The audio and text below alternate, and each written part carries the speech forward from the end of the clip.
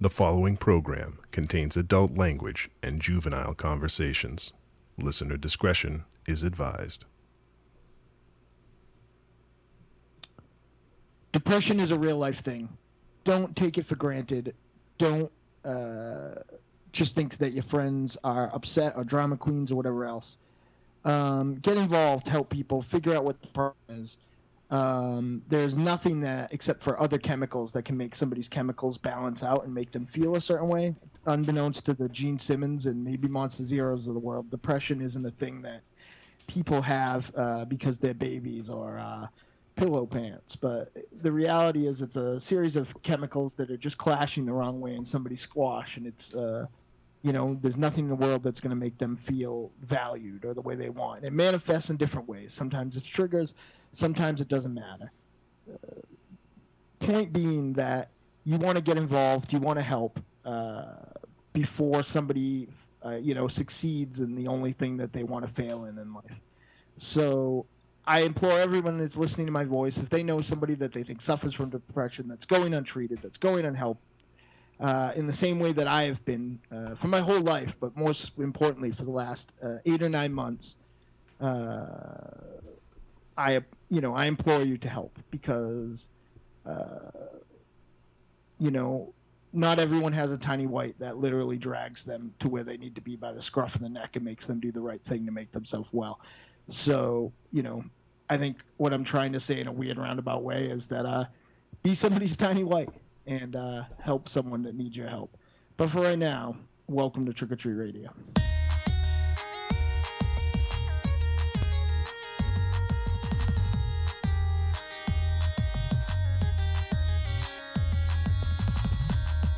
Welcome all you little zombies. You're listening to Trick or Treat Radio, starring the Deadites.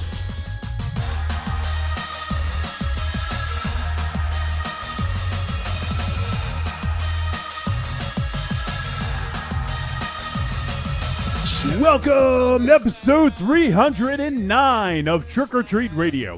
Trick or Treat Radio is a phantasmagorical spin kick straight through the heart of pop culture, navigated by the Deadites. The Deadites are the world's greatest electroshock band. We destroy monsters, we drink booze, we win championship belts, and we also tackle tough topics there, Dynamo.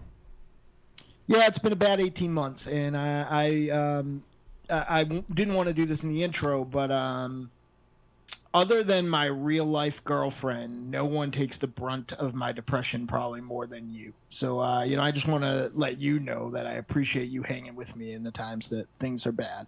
And it's a crazy thing. I mean, it's an ugly world and it's a sad world. So I think the real scary thing is that a lot of people probably feel like they have a reason to feel crappy, right? The president's awful. 3 luminaries, there are 3 people right now. One of my dear friends just had a news article about the fact that if she doesn't get a liver transplant, she's going to fucking die. And she just got on the list, and the wait's generally 2.5 years.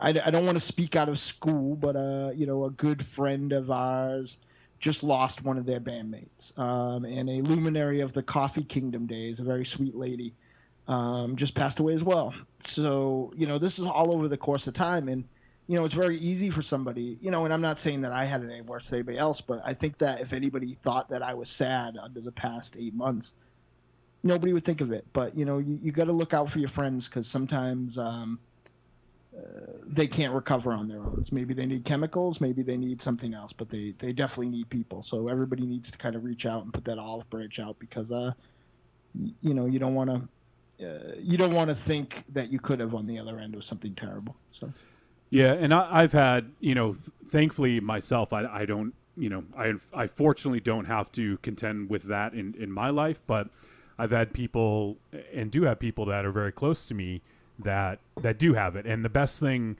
if you dodge the bullet and don't deal with that sort of thing, first of all, like, you're lucky, and second of all, learn about it. Learn about depression, right. Learn about anxiety, learn about all these different things, because so that person you might think that's fucking crazy or bipolar or whatever, like, maybe they actually are bipolar, maybe they have depression, Right. maybe they have anxiety. And you know, like, I didn't know the rabbit hole of anxiety goes pretty fucking deep. It's not just like hey, I get anxious and have panic attacks. That's Right. like the tip of the iceberg. So, you know, as someone who, you know, has been with people and has known people that have to contend with that on a day-to-day basis, the best that you can do is read about it, learn about it, and Right. that's honestly the best thing you can do. Yeah, I mean, let me throw you a figure, Wolfie. Through my anxiety and depression, I do one of two things. I have very self-destructive behavior and go on binges of You don't say. binges of not doing well. Or I have, like, I'm such in my own head, like, I would say that on a good week I sleep less than 7 hours a week, by a lot. And when I do get into like a deep sleep at all, I have terrible, like, debilitating nightmares, because I can't shut my brain off. It won't stop, and it's scary. And I'll tell you another thing that's tough, is that if you're someone who's trying to help, the person you're trying to help is going to think that you're an asshole. I literally thought over the past 6 months that Tiny White made a heel turn on me. I stopped hanging out. I didn't want to be around him because, like, I felt like he, like, I don't know, like, I felt like the one guy who was supposed to have my back when I was, you know, thought I was just down in the dumps, like, was, you know, doing a heel turn on me. That's why and we haven't announced it yet, so I can't talk too much about it, but when Ted pitched something to me, you know, I was like, that dude doesn't want to hang out with me right now. Yeah. You know, like I don't think you understand that. You know, we're going through a pretty messy divorce, it seems like, because, like, he just thinks I'm a fucking asshole. And it's because when you feel a certain way, it's not any different than being an alcoholic or being someone else, or being like a drug addict or whatever else. Yes.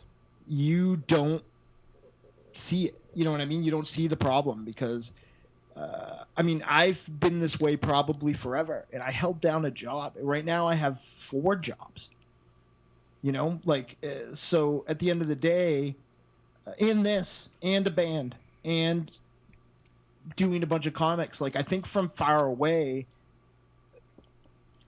I look fairly, unless you listen to the show anyway, I think I look fairly functional. But, like, you know, and then you kind of see that reflection from everybody else. Well, if nobody's worried, then why am I worried? I'm okay, you know? So, you know, it's very even harder than it is for, like, the direct family to have to deal with it. If you're someone who's going to do that, I hate to use the word intervention because reality television has made it such a fucking trite sounding thing, but, like, you don't, you know, you think that somebody's an asshole, you know, like, and I'm just grateful that there are a lot of patient people. I mean, you know, if you're Andrea, for instance, you know, or Jenny Isme, you're used to me disappearing for 6 or 8 months at a time and not getting any art and then getting it one day. But, like, to the amazing lady who I've just started collaborating with in the past, like, you know, year or so, like, it's probably very confusing that I just stopped writing novel. You know what I mean? And, like, you know, so, like, you know, I don't know how that will pan out. But again, I'm not trying to be mushy. I'm not trying to do anything else. But, like, you know, and I'm not just talking in the chat when we're all shitting on you. But, like in real life, no one gets the brunt of my fucking mess. Maybe the Hossman second, because, you know, they're only ever a type away from me to be fucking a narcissistic monster. But, like, you know, like, but that's the perfect example. Well, you know, like, I'll be in a great mood. We'll be having a conversation that's fun, and then something will just get a burr in my saddle, and before I know it, I fucking am like a dog with a bone, and I won't let it go. You know, and like, these are people I love more than anyone. You know what I mean? I love that Raven Shadow's trying to turn my confession into, like, a bit. Are you Raven Shadow? No, I'm not. Oh, okay. You're so manipulative. You know that? No. But, you know, at the end of the day, it's you know, it's tough and it's scary. And, like, again, I think that, you know, like, thank you, Wolfie. You know, like, you know, there are Aries and Tiny Whites in the world that, like, have been dealing with it the entire time they've known me. So, I mean, you know, they probably have their own way of dealing with it. But in our relationship being so collaborative as it is, like, we're already on the train most days when I fucking lose my mind. So you don't have anywhere to run, I guess. But so, I appreciate it and thank you. This has been a rebuilding period for me, and there's been, sometimes you just fall off the wagon, and sometimes falling off the wagon means having a castle full of empty rum bottles next to your bed. So, and buying a lot of new clothes because you don't want to wash them. Jesus. So, like there's literally a pile full of like one worn underwear right next to where I sleep, just like thigh high at this point, because I just can't fucking be bothered, or couldn't be at the time. And it's tough, I'm my special lady friend. I mean, for God's sake, with everything else that she's going through, to have to deal with all that stuff too. So, and I also thank the listeners, though, you know what, some of you do piss me off and you deserve everything you get. But, like some of you probably don't deserve the wrath that you get. And there are Monster Zeros who deserve everything you get. Well, that's the thing is when interacting with people, you have no idea. There's no like,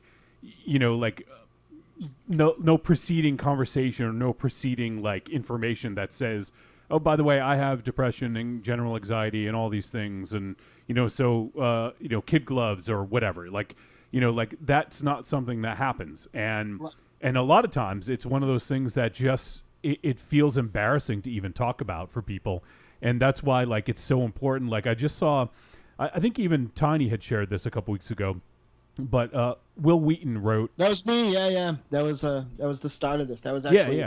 Yeah. I had shared it because I felt like there were some people in my life.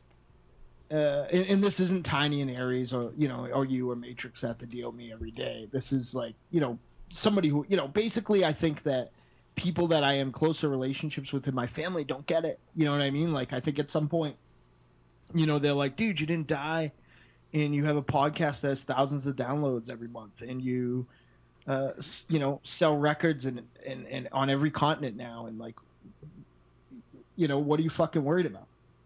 What's your problem? Yeah, that doesn't make you happy. I mean, It may be cool, but it doesn't assure like, your happiness for the rest of your life. Right. And one thing that Will Wheaton like definitely put across is that like it somehow finds ways to make you sad, like that you don't deserve it, or you don't get it, or you're not worthy. Or I'm reading Amanda Palmer's book right now, and it has both become a Bible for me in my anxiety and in my promotion. Like, it somehow walks this thin line of being like a how-to and a why-to, and still facing some tough other things that don't have anything to do with making music, more to do with reasons that people don't make music.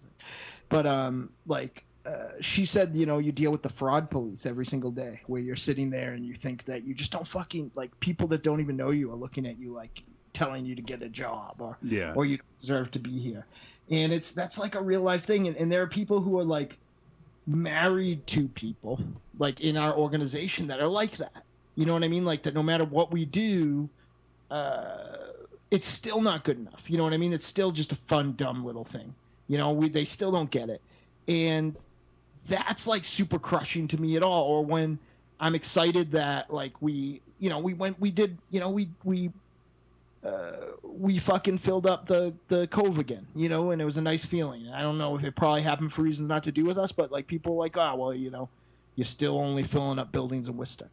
Like that stuff is like legitimate stuff that will make you sad. So one thing that I found interesting about the Will Wheaton thing is it's hard to decipher those things that like, you're a human being, so that sort of like crass criticism will make you sad. Yeah. And it's hard to differentiate like what's this chemical thing and what's like, well, fuck, like that sucks, that hurts my feelings, or when they bleed together and stuff like that. Like, so it was nice to see somebody who like is successful in a really niche way being honest about the fact that the stuff that everybody else and he's very grateful for don't matter sometimes. Like he can't get out of his own head.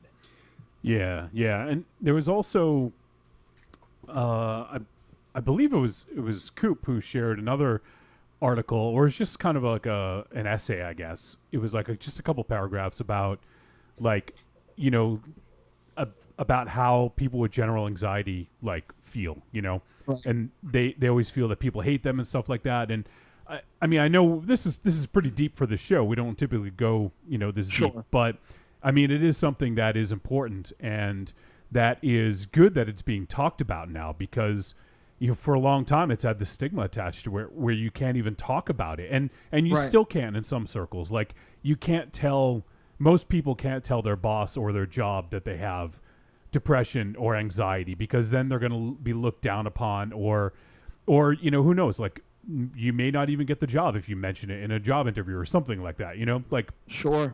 it is something that can work against you, and you know, you kind of have to be in the right company or feel safe with the people that you're discussing it with to be able to let them know. Like, right now in the chat room, Leanna says, "Oh, I tell the people who interact with me because some of it is severe enough to get in the way." And, you know, if it's someone who you know will understand it, then that's great. But there are a whole host of other people out there that aren't going to know, and they're going to look down upon you because of it. And that's sort of the stigma attached to it that has been surrounded it for, you know, for eons, and, you know, for Right. as long as humans have been around. Plus, you know, to quote my tag team partner, people are different. Like, you guys know, and this might be a newsflash to the people listening, I have a minor cerebral palsy.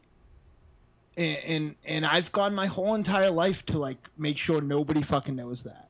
And I think that the fact that I should be proud of that, right? Because I'm to a degree, a professional writer, right? I was a professional wrestler. I do this. The Deadites are a thing, whether people like it or not. Like, you know, people know about the Deadites, like, everywhere. And there's this crazy, as we found out at the pre-beta show, that, like, you know, there's even, like, a, you know, more people know us than we think, you know. And like, I should be proud of the fact that I did all those things with these, and that's one of 3 learning disabilities and physical disabilities that I have. And it should be proud that I have them, and been able to do it. You're not proud that I have them, but at the same time, like, I literally put a lot of fucking work in. And my father, not that he was ashamed, but just so that I could have a shot at life, you know, put a lot of work into hiding these things and working to mask these things. I was in mass rehab from 5th grade to my sophomore year in college, 4 times a week, to, like, learn how to not curve my arm a certain way, and to try to do certain things that, like, wouldn't be tells, and to, like, do, like, I mean, it was only 10 years ago, and this is no exaggeration, he may not even remember it, that, like, I was still, and it still happens, I was still fucking handing off soda bottles to Aries because I couldn't open them, you know. Like, so, you know, at the end of the day, like, it's you know, like, if I don't want people to see a thing that I've overcome to a degree, like, I'm not going to go out and like start telling people this thing that I'm not proud of that still beats me. You know what I mean? Yeah, like, yeah. You know, so I mean, people are different, I guess, is what I'm trying to say. You know? Is that true, Raven Shadow? Yes. You know, like, the only other advice I can give anybody is find a thing that gives you joy. If your joy is, you know, if your joy is running, if your joy is writing, if your joy is thing, because it won't help you when chemicals are beating the shit out of you. But you're going to need that thing when you're fine and feel guilty and sad that you treated your loved ones poorly, or missed opportunities, or fucked things up for yourself, or lost a job, or these other things. Like, you know, you find that healthy thing that's not like what I do, which is, like, you know, probably drinking 1 gallon or 2 gallons of liquid aspartame every single day. Though I've been much better at it the last few weeks. That may have been something that triggered my chemicals the wrong direction too, messing with my amounts of shit that I put in my body. Mm-hmm. But you know, like, I've been trying to keep that shit down to just, you know, when I'm stressed. But here's the problem: I'm stressed all the time. So, you know, like, you know, like, so it's just like smoking, or it's just like those other things. Like, so, but if you find a healthy thing, my healthy thing has always been making lists. Mm-hmm. Yeah. or like that's been always my thing. It just makes me happy, making fake castings or making lists of wrestlers or doing like tournament brackets or whatever. Like it just fucking gets me out of my own head. Or like, or what, you're having a particularly bad day. The amount of I'm not trying to make something seem cool or sexy, so I'm gonna just pump the brakes for a second to make it not sound as funny as it would have come out. But like when you're 2 bottles of sleeping pills and 3 bottles of rum in, and you haven't got the desired effect you want, like I guess I'll stay up for 48 hours and make a 600 song YouTube 80s playlist. Yeah.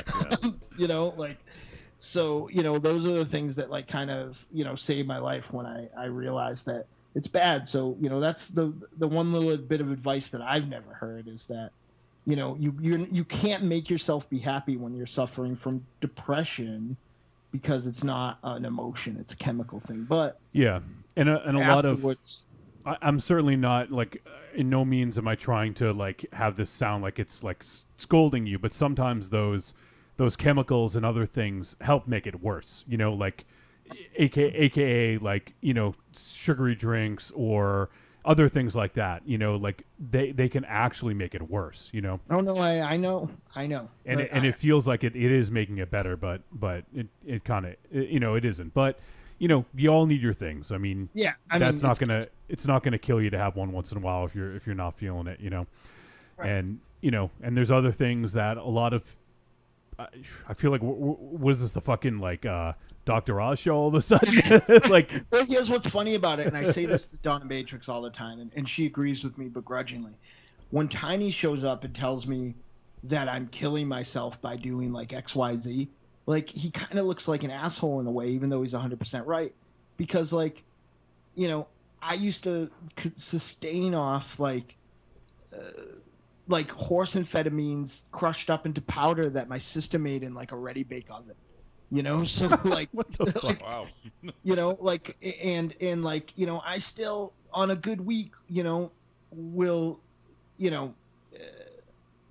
you would be amazed how easy it is to tell your doctor like, well, this isn't working, and then you get another thing to sleep, or another thing to I had cancer, so another thing to make the pain stop. Like like I'll go from 0 to having a pretty good pill problem in like a second, literally. And it's just like, and then somebody says like you're hurting yourself with soda, and it'd be like, motherfucker, like I was like, like I used to have to do 3 or 4 bumps just to get out of the espresso bar bathroom into the like where people were.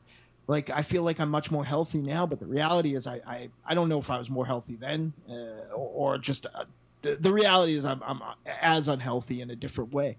But it's a natural justification to be able to make, like, and it's what muddies the waters and makes things harder. Like how can you tell somebody, even if it is that like a diet, like drinking copious amounts of diet soda is worse, or or is going to kill me when I survive through cancer, a major head injury, and having my appendix explode. So it just sounds ludicrous, even though it's right. Even though it's 100% true. Like fucking cancer didn't kill me. Like being terribly poisoned didn't kill me. The fact that I wrestled Joey Tron in a ladder match the day I had the staples taken out from being terribly poisoned didn't kill me. Like, how are you honestly going to say I'm going to die because of Dr. Pepper? But I don't know. Like, maybe there's an argument to be made. Science. But like it's just it's weird. It muddies the waters, and it makes it hard on the people who are trying to help you. So thank them when you have the opportunity to thank them, when you are lucid and you're okay, because when you're not, there is like that you're kind of making their life, their day not so good. Yeah, and in the chat room, Leanna says, "It's not your fault, Mars, about the shame. Society finds all new ways to shame us in order to profit from us or exploit us." Right. It's big news now, right? Like there's like, I hate to sound like all my all my knowledge came from pop songs and old men in wrestling locker rooms. So like everything I say sounds kind of trite and contrived, but like people are people, and we're always finding ways to put people in boxes. Mm-hmm.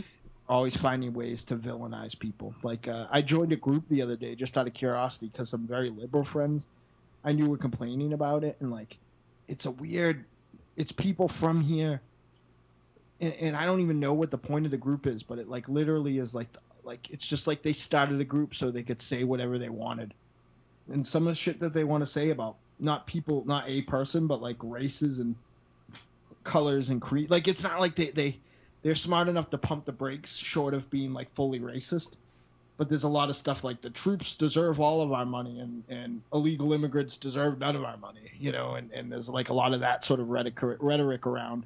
Was this group like 3 initials, all the same letter? Nope. AAA? They have their own Aries, Facebook Aries, group? and Aries. Yeah. Ku Klux Knievel. So, No, it's called The Truth About Worcester. Oh yeah. I oh heard of that. Jesus, Whoa. that sounds Anything terrible. involving the truth is a scary fucking thing. Yeah, yeah. When you single it down 'Cause to there's a no single truth. city, Yeah, man. there's no Wow. truth. Well, All I right. thought that was going to be a fucking ghost and stuff. Like, no. All right, Different kind of ghost. let me just. I'm going to read. I want to wrap this up because I want to get to what we're talking about today.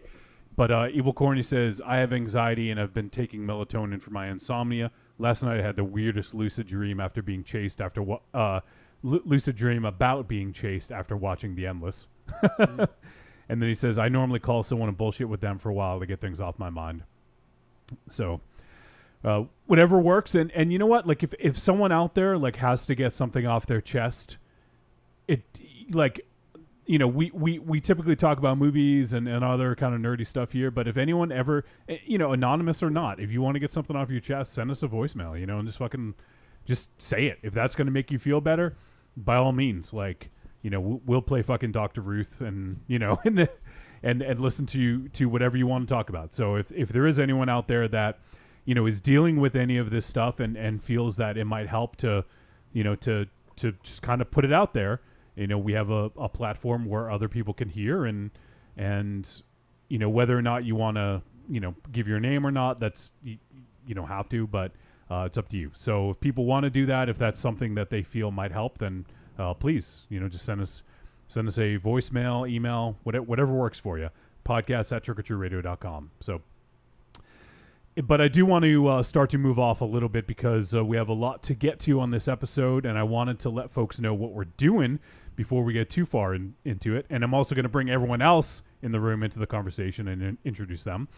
But tonight we're going to be talking about the film The Endless from Justin Benson and Aaron Moorhead. I've been looking forward to this one for a while. This is, I think towards the end of last year, I had been highly anticipating this one. So was really excited to check it out. So we're going to be talking about that in about a half hour or maybe less. And then we had asked for some people if people had thoughts. I know it only just came out on VOD yesterday as of the time of this recording. So I don't know how many people got a chance to catch a viewing of it. It had been in select theaters for the last couple months. So if you guys have seen The Endless and you're listening live and I'd love to hear your thoughts. So feel free to send us a voicemail, podcast@trickortreatradio.com, voice message, email, whatever works for you, and let us know your thoughts on The Endless, because this is a movie that I think is going to be talked about a lot. It's already gotten a lot of praise, and I'm curious to see what everyone here thinks about it. So we'll be talking that in a bit. If you guys are listening live, haven't got your thoughts in, please feel free to do so. I'd love to hear from you guys. I know Corny said he watched it. Corny, if you got a chance, send us your thoughts, man. I'd love to hear from you. Matchwell of Omaha just popped in. Says, hey all, glad to be watching the live show. Babaleo. What's up, Matchwell? And so that's what's on tap for tonight. I guess I'll go ahead and do some introductions. I am Johnny Wolfenstein, the pencil pusher and producer of media for Trick or Treat Radio, the Deadites, and also the co-host of the Outside Corner Fantasy Baseball podcast and the Five Hossman Wrestling podcast. And my co-host on that show, the immortal gunslinger, singer and lyricist for the Deadites, Dynamo Mars. I'm grateful I got to thank you and apologize personally, Johnny. Because when we start doing the review, I'll get to talk about how you fuck these guys by having them watch the second movie without watching the first one. I didn't fuck him, and You I also said Yes, you did, Johnny. You fucked us raw. And I also said for bonus extra credit, you guys should watch Resolution in spring. You're Did I right. not say You that? did say that. Nope, you did. Not to me. You did. You said it on air, I think, because I heard it. No, 'cause I I'm not in the definitely show. said it on air. No, yeah, he Yeah. definitely said it. Yeah. So did anybody? No. No. You sucker MCs. I did. I hadn't seen Resolution. I saw Spring, obviously, Yeah, we because saw we did that. But I hadn't seen Resolution, but I did watch it right before I watched The Endless, and I was glad that I did.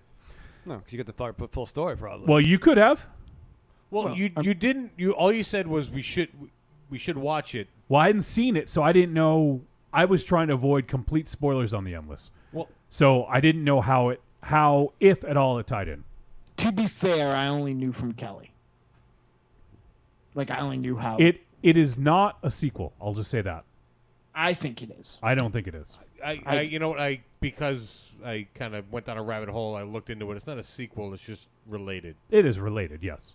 There are characters in this that are more related than 11 Friday the 13th movies that are allegedly sequels. Yeah, but those. I And mean, it's that's the same. you can't relate like Friday the Antagonist. 13th. Come on.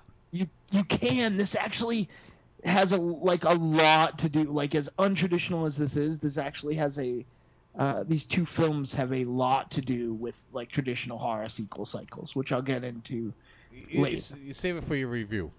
Yeah, but I think that I definitely think that this is a sequel. I think there's no ifs, ands, and buts about it.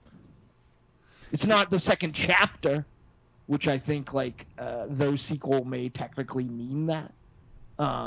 Like, I think there's a distinction to be made in the sense where like a franchise like Lethal Weapon or Friday the 13th or Dirty Harry, those films aren't like Empire Strikes Back or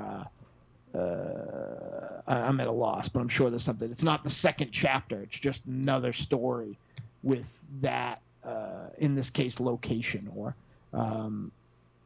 deity, I guess. But like, I definitely think this is a sequel. Well, in the chat room, there's a couple people that chimed in. Matchel of Omaha says, snag The Endless on digital this week. Looking forward to checking it out this weekend. And he says, I checked out Resolution this week. I loved it. And Creepy Girl says, okay, what did I miss? Oh, I don't think we're going Lots to of comedy. Yeah. Dynamo, you want to reiterate? No, what no, you just no, said? no, no. So many dick jokes. No comedy at all. It was all serious stuff. And Creepy Girl says, I've seen Resolution long ago. Good film. Watched Endless. It is a sequel. Definitely a crossover. See? She's from Florida. She knows. How does that qualify her? Because, There you go. She works in a bar. She works at a bar. Yeah. She works at a bar and you drink at a bar. Yeah. And a bar with the bar. No, he doesn't drink at a bar. He drinks at home. Yeah, he doesn't go out anymore. You don't have to, yeah. He stumbles out the door, goes to the bar. Yeah. But well, she kind of contradicted herself.'s saying it's a sequel. It's a crossover. No, it's one or the other. No, she said it was a sequel. Raven Chat, when was the last time you went to the Blarney Stone? When it was just a pebble. It better be measured in years. No, I went there Last night. January. God, Jesus. What the fuck? What the fuck? He goes there Like, anymore. do you know that we know people that own awesome bars, and you're going to the fucking Blarney Stone? It Yeah. was down this it's closer to my house, and I was seeing an I old tried- friend. Okay, you what? You Agents? drive by 20 bars to get to that place. Yeah. I went with an old friend. I haven't seen him in about a year, and we figured we'd go to some of our old, Your old stomping haunt? ground. Old haunts. And how is it in there? It's good. Matchel You haven't been to a bar before. Fuck you say. Of course I have. VFW Hall. Just not in years. Matchel he's Omaha at the says sheep work at a bar. At I have Tim- pictures of him dressed as a famous PSA character at a bar. That is true. Oh, yeah. Oh, he goes to a bar once or twice a year when it happens to be the Deadites start playing. And then he leaves early to go eat potatoes or whatever the fuck's on the stove. You wouldn't go if I didn't book you, motherfucker. Roaring ready at Rock City. And the Cove is a club. It's not a bar. Right. Wow. It just has a bar in it. Yeah. Yeah. So, when was the last time you were at a bar, MC? At an actual bar, it's been a long time. Yeah. Long, long time. I don't know what last time I just was don't do that thing anymore. It's just, in that. Is Ralph's a club or a bar? Both. well, it's a diner. Or a diner? Aries would know. Which is it, Aries? It's a club. I think it's all three, right? Though, like, I think that this Because there is like distinct areas. Yeah. If I had to classify it as one, it's a club. Yeah. But you can But it's just got go that in there for a diner drink. down there. That It just has a diner car attached to the front of it. Ain't on the name. Well, they make it's not good- called Ralph's Bar. It's called Ralph's Diner. Yeah, it's not Ralph's Chadwick Club. Yeah, it's just a clever name because they bought a diner car and put it on the front of the building. Evil Corny wants to know: was Raven Shadow going to that bar to watch Night Court again? No, it's only it's not there. The Red Baron's not there anymore. But I love Night Court. Yeah, right. That show was awesome. I just watched it today. If it was daytime, that'd be Yeah. awesome. Nice. Which episode? Which episode? I don't know. You watched it. You Yeah, should I know, but like I can't give you a season. Let me guess. and episode. Harry does a magic trick. You John know what? Larroquette's Like, Dan inappropriate. Fielding's trying to get fuck in the somebody. pants They of some tried to chick. beat the record for the most cases won in a single night. Oh, that's a that good one. one. Yes. Okay, Yes. well, I know that one. What else William happens Shake. in that episode? Give me one other thing to tell me you're not bullshitting. No, I know the episode because Bullshit's in that episode. What? Bullshit's in that episode. No. God, Jesus. I know the episode. That's when they had to they just got it by the skin of their teeth before midnight, and it was like I think it was a bet that was made. No, it wasn't a bet. I think it had to do with Harry Stone losing being kicked off the bar if he doesn't get them all filled, if he doesn't complete the amount of. Nope. I do know it though. I do know. I haven't seen it in years, but I do I don't remember. know it, but I do know. Yeah.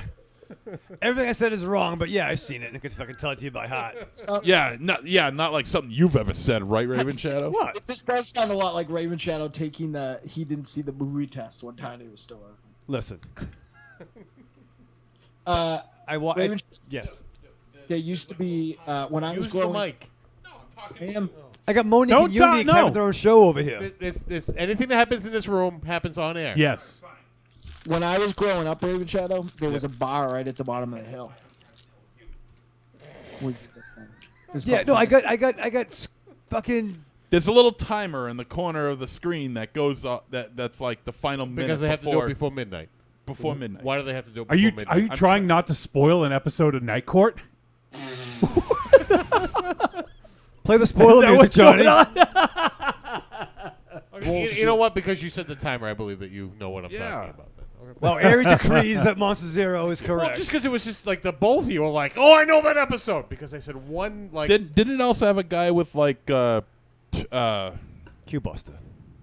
what was it like some sort of turtle syndrome that made him move really really slow? that you. There was another episode where they needed to get done quickly, where they talked to that guy, the turtle thing. Yeah, But there was my another God, guy that what is spoke going on? that spoke I slowly. yeah. I feel like this is what the characters at the very beginning of 2001 talk about. the black thing falls from the sky. The monkeys. The box with the monkeys. Creepy Girl says you would love both bars I work at. One is a restaurant with a big bar with a crazy craft beer, cocktails, and awesome food. The other one is just a little dive bar, really cheap. $3-4 tacos, 50-cent wings, other great specials. Best of both worlds. Damn, There I you should go. hit there. We should have hit there. Yeah, let's huh? go to Florida. Yeah, do a you show guys should down go. there. Yeah. Let's go. Matthew Lomas calls asks if the Endless is a squeakquel. I think so. Mm-hmm. Yep. And Evil Corny says Bo was my favorite TV character back in the day. Yes. Bull Shannon, yeah. And Evil Corny says we're talking about Night Court, not Full House, MZ. What is your favorite sitcom of all time, MZ?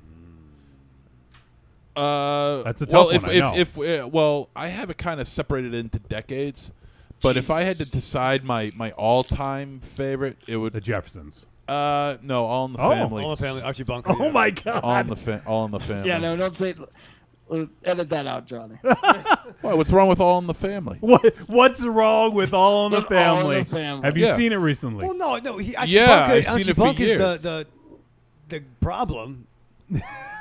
Right? He's supposed to be. He's not like. I you think know. you guys are the problem. Well, I mean, you do have Meathead to even it out. Meathead. Yeah, meathead. Yeah, but he deserves that. He deserves that nickname, Meathead.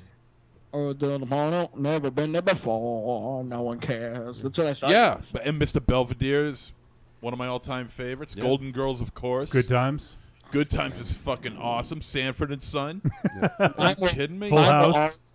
Full House. Fuller Belvedere House. does not hold up. A little bit.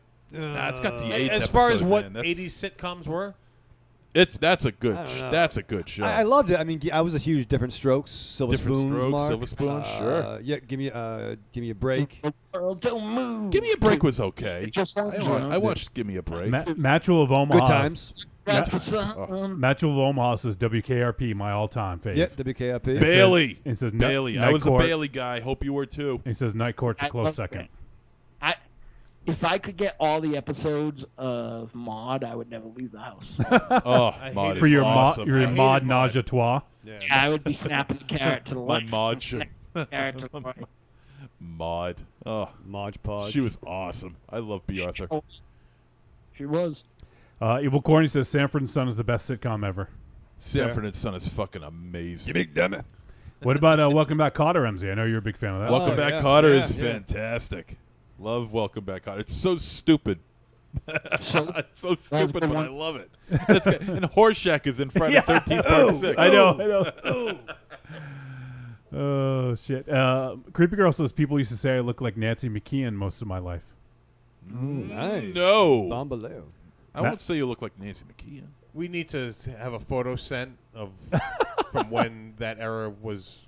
What was that was the Snyder, right? The Snyder, One Day at a Time. One day at One a day time, at a yeah. time with Schneider. Schneiderman. Schneiderman. Schneiderman. Schneiderman. Schneiderman. Rolls of cigarettes. That's nice. Not that I expected anyone to get it, but like, I called one of the little kids that I'm in charge of taking, like, protecting Snyder the other day because he has this. He just found in the basement this like huge set of keys that obviously gonna open a gate to hell at some point and turn my life into a horror movie. But he's walking around with them, and he had them on his side. He just was wandering away in the store, and I go, "Where you going, Snyder?"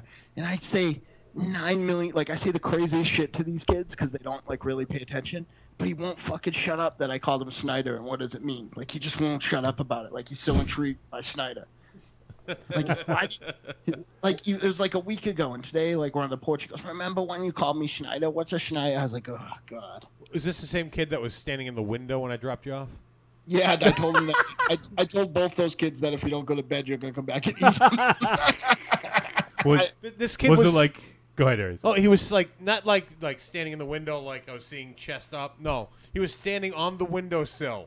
I was seeing the entire child in this window, just holding on to the. Is it like how we imagine Stephen King in his house? This kid was like he had like a really weird grin on his face, like. Wow, it's almost like Salem's Lot. Oh yeah. This kid always smiles like he just ate a baby. Oh, it was like a little bit bigger version of the kid from Pet Sematary. Yeah. No, Oh, okay. Okay. After. Gage? Yeah. Yeah. After the truck incident. Oh, nice.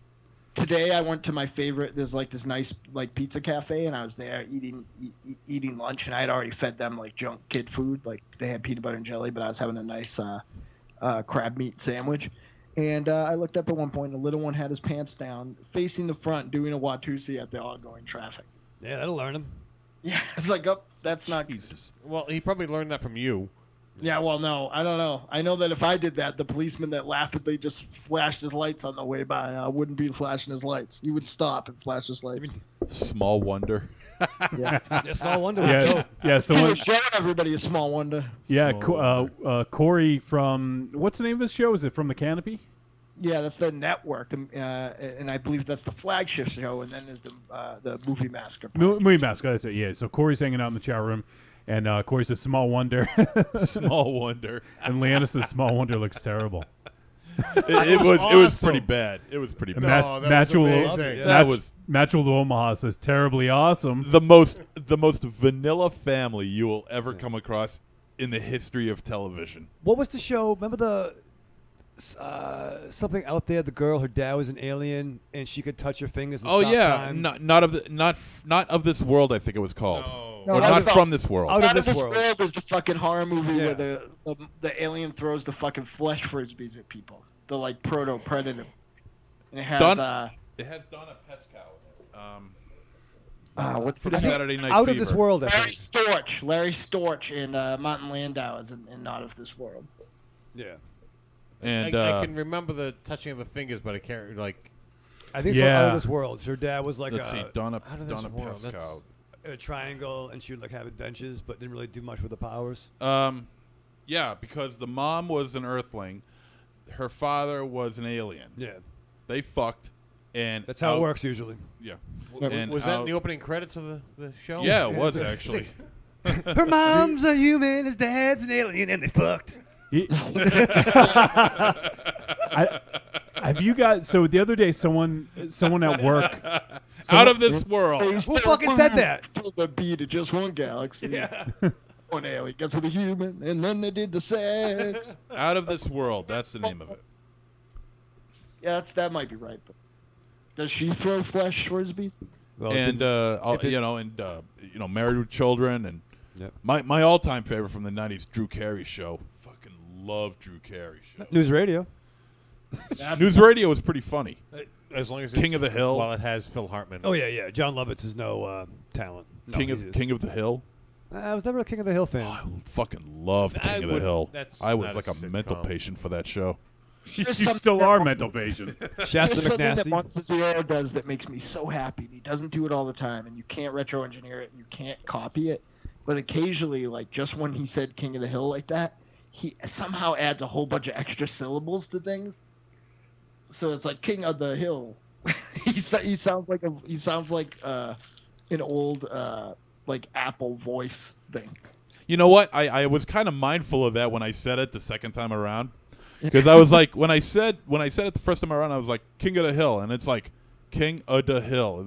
I'm like thinking to myself, this is where my language has gotten to. So the second time I said it, I was like King of the Hill, and I said it a little bit more, correctly, and you caught on to it.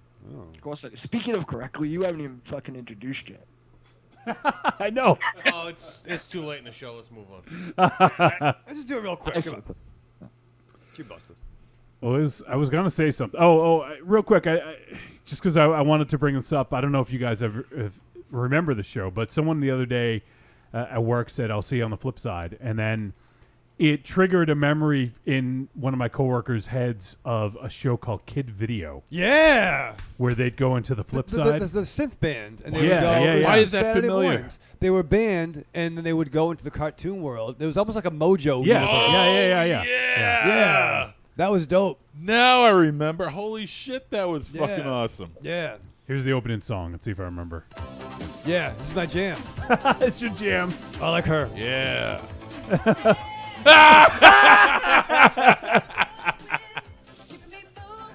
Oh, with Robbie Rist. That's right.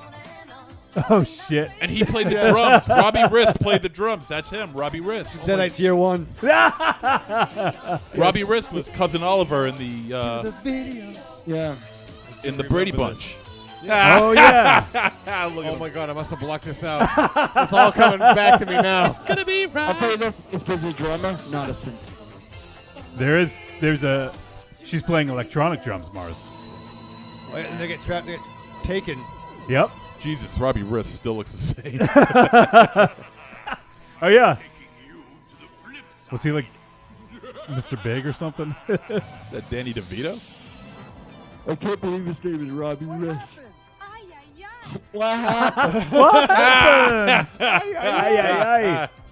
You'll be my musical slaves forever. Yeah, the pixie chick. Yeah. Oh, she's hot too. Oh. Some wackiness is going to happen. What's going on here? I'll explain later. Let's go. She's like society because that's the evil record corporation trying to contain that. That's right. Kid Video. Oh shit. That fucking douchebag lead singer. My God. What, Robbie Rist? Robbie Are you talking about Rist. the Deadites again? That's cousin Oliver. Is that Cousin Christ. Oliver? Yeah, It was, from yeah. Brady Bunch. Yeah, Oh, wasn't he also an Iron Eagle? I don't know. You should see him now, though. He still looks the same. No, except Does he? except he's got long hair and a goatee. This is Robbie Rist now, I think. That's Oliver? Yeah, that's See? him. Iron Eagle like a motherfucker, right? Is he an Iron Eagle? Let's see. Here he is. Oliver. That's the picture where you get someone covered in... Oh, in Knight Rider? Look at him. It looks like Rocky a little bit. My Yeah, buddy right, Rocky. Can we get him on the show? Robbie Rist, maybe. Yeah. I don't know. I don't think he's doing much else. I don't see Robbie Rist in Iron Eagle cast. He's in the He's part of the team, I think. he does a lot of cons now. The Eagles, Cons as in like rips people off, or No. Louis Gossett Jr., Jason Gedrick, he's my dude. Robbie Okay. Rist. Look up Iron Larry- Eagle 2 then. Larry B. Scott, Tim Thomerson. Larry Yes. B. Scott. Oh my God. Lamar Latrell is in Iron yeah, he was an Iron Eagle. I Oh, don't He see played him. Milo Bazin. that's right. He got yeah. the the plans, I think. He got the plans for the That's Oh, right. yeah, there he is. He was in the Yes. Love Boat. I fucking love Iron He- Eagle. He played He did Michelangelo's voice in the TMNT movie. Kid video. No shit. This guy's the best, Yeah. dude. In this gonna picture, be it looks like my rocking. buddy. He played Booger in the Revenge of the Nerds TV movie. In this What? picture, it looks In like my Revenge of buddy the Nerds Sam TV Holt. movie? He played Booger in the TV movie. I don't even remember that. He was in the Harry and the Hendersons TV series. Don't remember Wait. that. I know he was in Fear of a Black Hat, but No, you're getting confused. wait. He's talking about Robbie Rist. He's talking about Lamar. Robbie oh, Rist. I'm talking about Lamar. No, we're talking about Robbie Rist, Oh. dude. He Extreme. played Boog. No, he didn't. It says right here, You're Booger gonna in believe the everything TV you movie. read in the internet? Yes, Which one? the TV movie. Which one? 3 or 4? There are 2 of them. Yeah, idiot. Can't be 3 because Robbie Rist played. It says he played Booger. What the fuck? No, he didn't. That's weird, right? No, he didn't. I don't know what the hell that is. No, he didn't. Okay, you may be Unless there's thinking of the movies, and there's a TV movie that's Yeah, I don't know if there's. Yeah, I know. There's part 3 and part 4. There's part 3. but those may be DVDs. He's looking at a TV movie, which may be something completely different that you do not. Yeah, Well, there it was must be. there It was a must Revenge be. of the Nerds TV series, I believe. Yeah, this dude's done a lot of TV, so Anybody get date raped in that show? Jesus. Because they sure did in Revenge of the Nerds. Robbie Rist. That was wacky 80s. Yeah. Your last boy.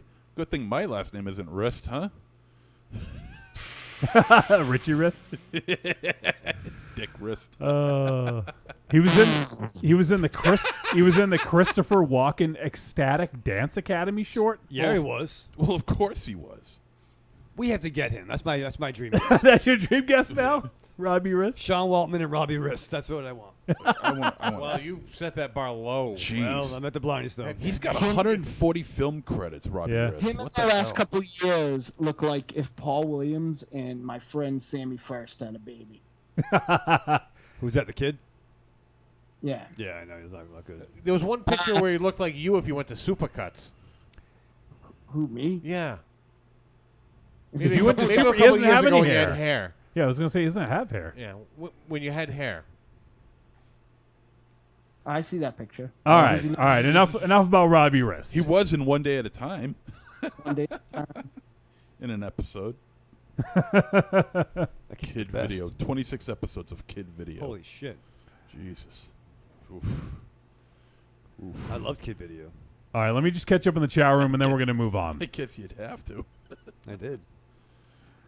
Let's see here. There's a lot of talk about TV shows. I don't think I can catch up. Anything good? Evil Corny says Beverly Hillbillies is another one of my faves. I was so on Yeah, that. it was Yeah, I didn't really that was like never- that. All right. He played I like Booger. the song. All right, I found it. Yeah. Robbie Rist did play Booger in an unaired pilot based on the movie okay. of the same name. Okay. There you go. Corey says, y'all going deep. What's the show with the cartoonist and the cow puppet? Oh, Too Close for Comfort. Yeah. That was hot too. That was with Ted Knight, Ted Knight. Monroe, and the. Yeah. Monroe with the episode where he got raped. That's Oh boy. Oh boy. that's And not good. Match- That girl from the Warriors. Matchel of Omaha says Burt Reynolds was the voice of the dad, I think, on Out of the World. I think you're right oh, on he that. might be right. I think he's right on that. Damn. Kid Video. Jesus. I Matchel of can't Omaha says the 3 cats on Kid Video. Yeah, they were, that's fucked Kid up. Video. Jesus Christ. I'll never get that out of my head. Corey says, I remember that. Used to be like the last cartoon before my folks banished me to go outside until dinner. Pretty much, exactly. Yeah. It was like, it was that, and then my grandfather would watch like either Bolin or John Wayne movies and shit. Matchel Voma says, I watch a ton of kid video. Yeah, Matchel. Evil Coin says, Dream On was a show I watched as a kid and had no business watching. Oh, that was great because we were guaranteed to have, like, naked breasts. Right. I woke up the other day, and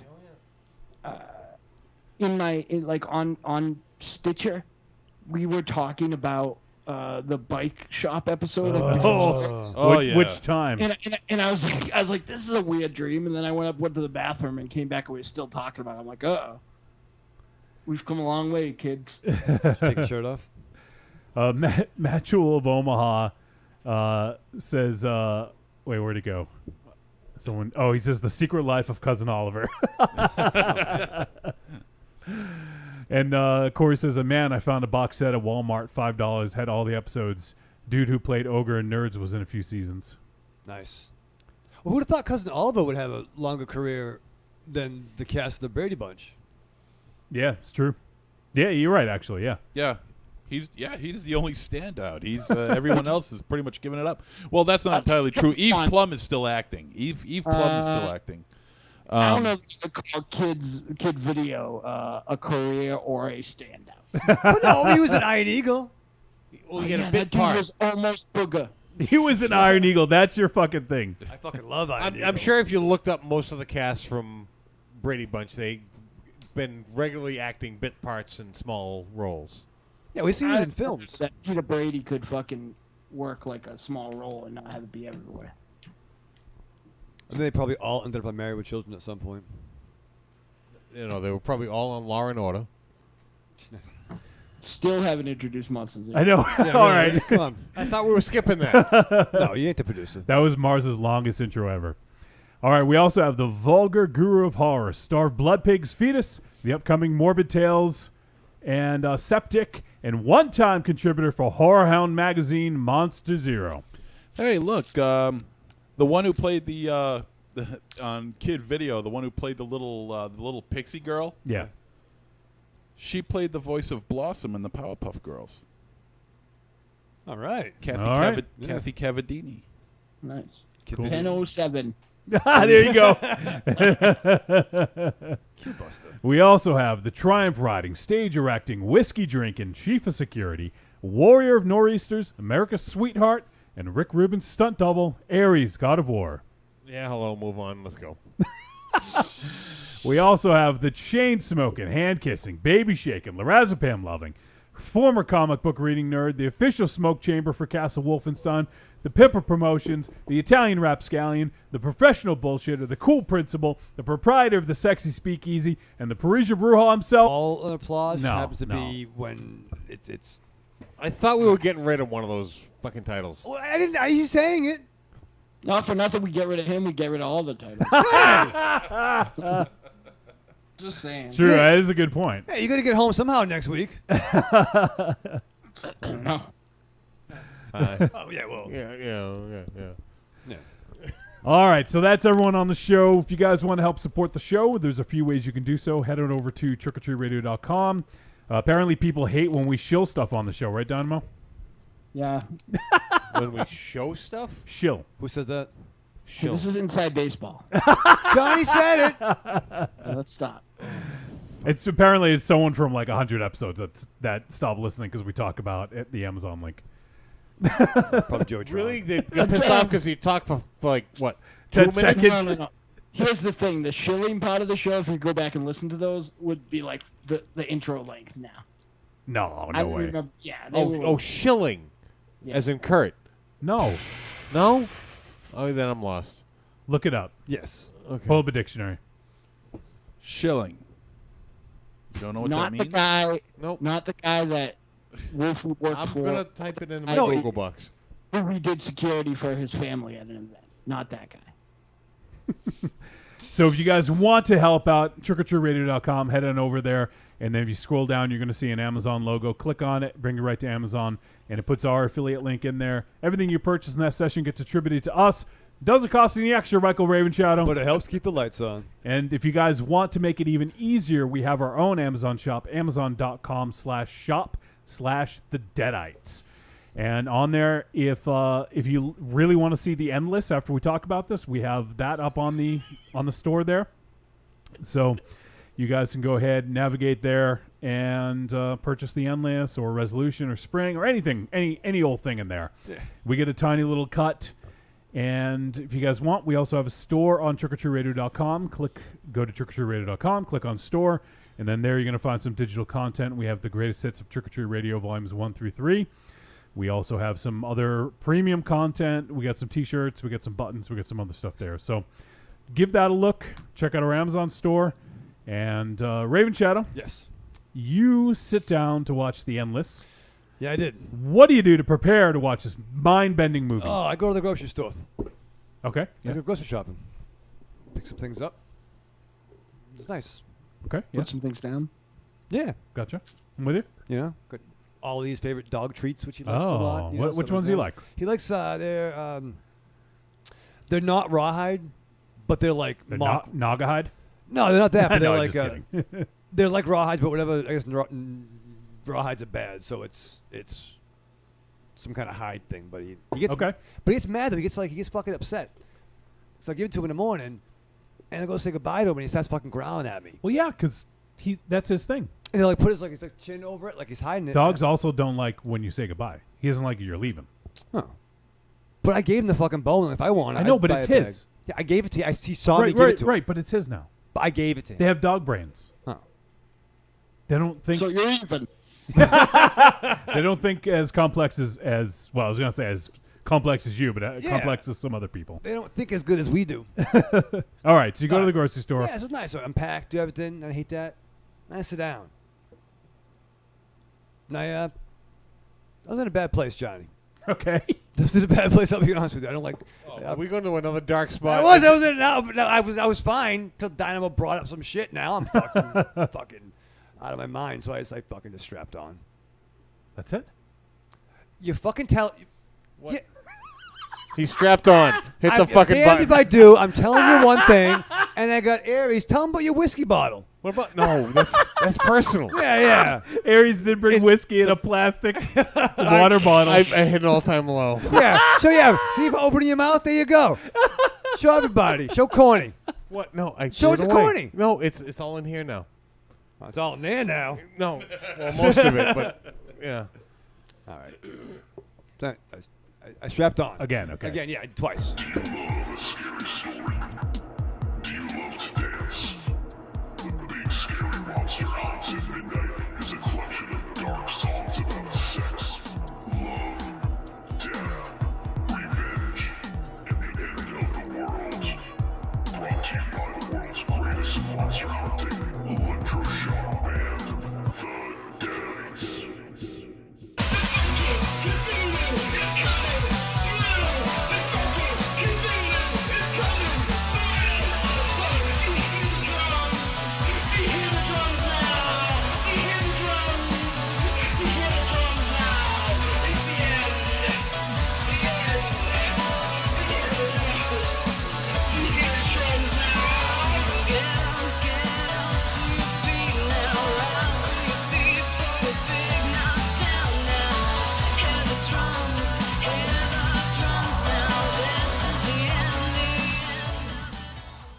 Available on iTunes, Google Music, Amazon, CD Baby, and all other digital distribution sites.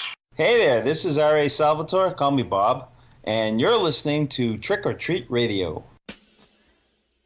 I'm Ruby Burble. What's up, y'all? It's me, the Yeti. Telling all the ladies that they couldn't be more fine and that we should knock those boots like Frankenstein. When I want to get my nerd on, I go to Facebook and I go to the Trick or Treat Radio Facebook group. That's the place where I get to talk about all the hip new horror movies, all the cool comics, Like comics. RPGs, video games, you name it, we're talking about shit on there. And you could not be any cooler if you were the coolest kid in school. Be the first kid on your block to swing their cock over at the Trick or Treat Radio Facebook group. Just go to Facebook, search for Trick or Treat Radio, ask to join, and it's like Nerd Nirvana, baby, without the shotgun blast. This is the Yeti, signing out. See you at the Trick or Treat Radio Facebook group. Follow us on Twitter at The Deadites, TheDeadites.com, and TrickOrTreatRadio.com.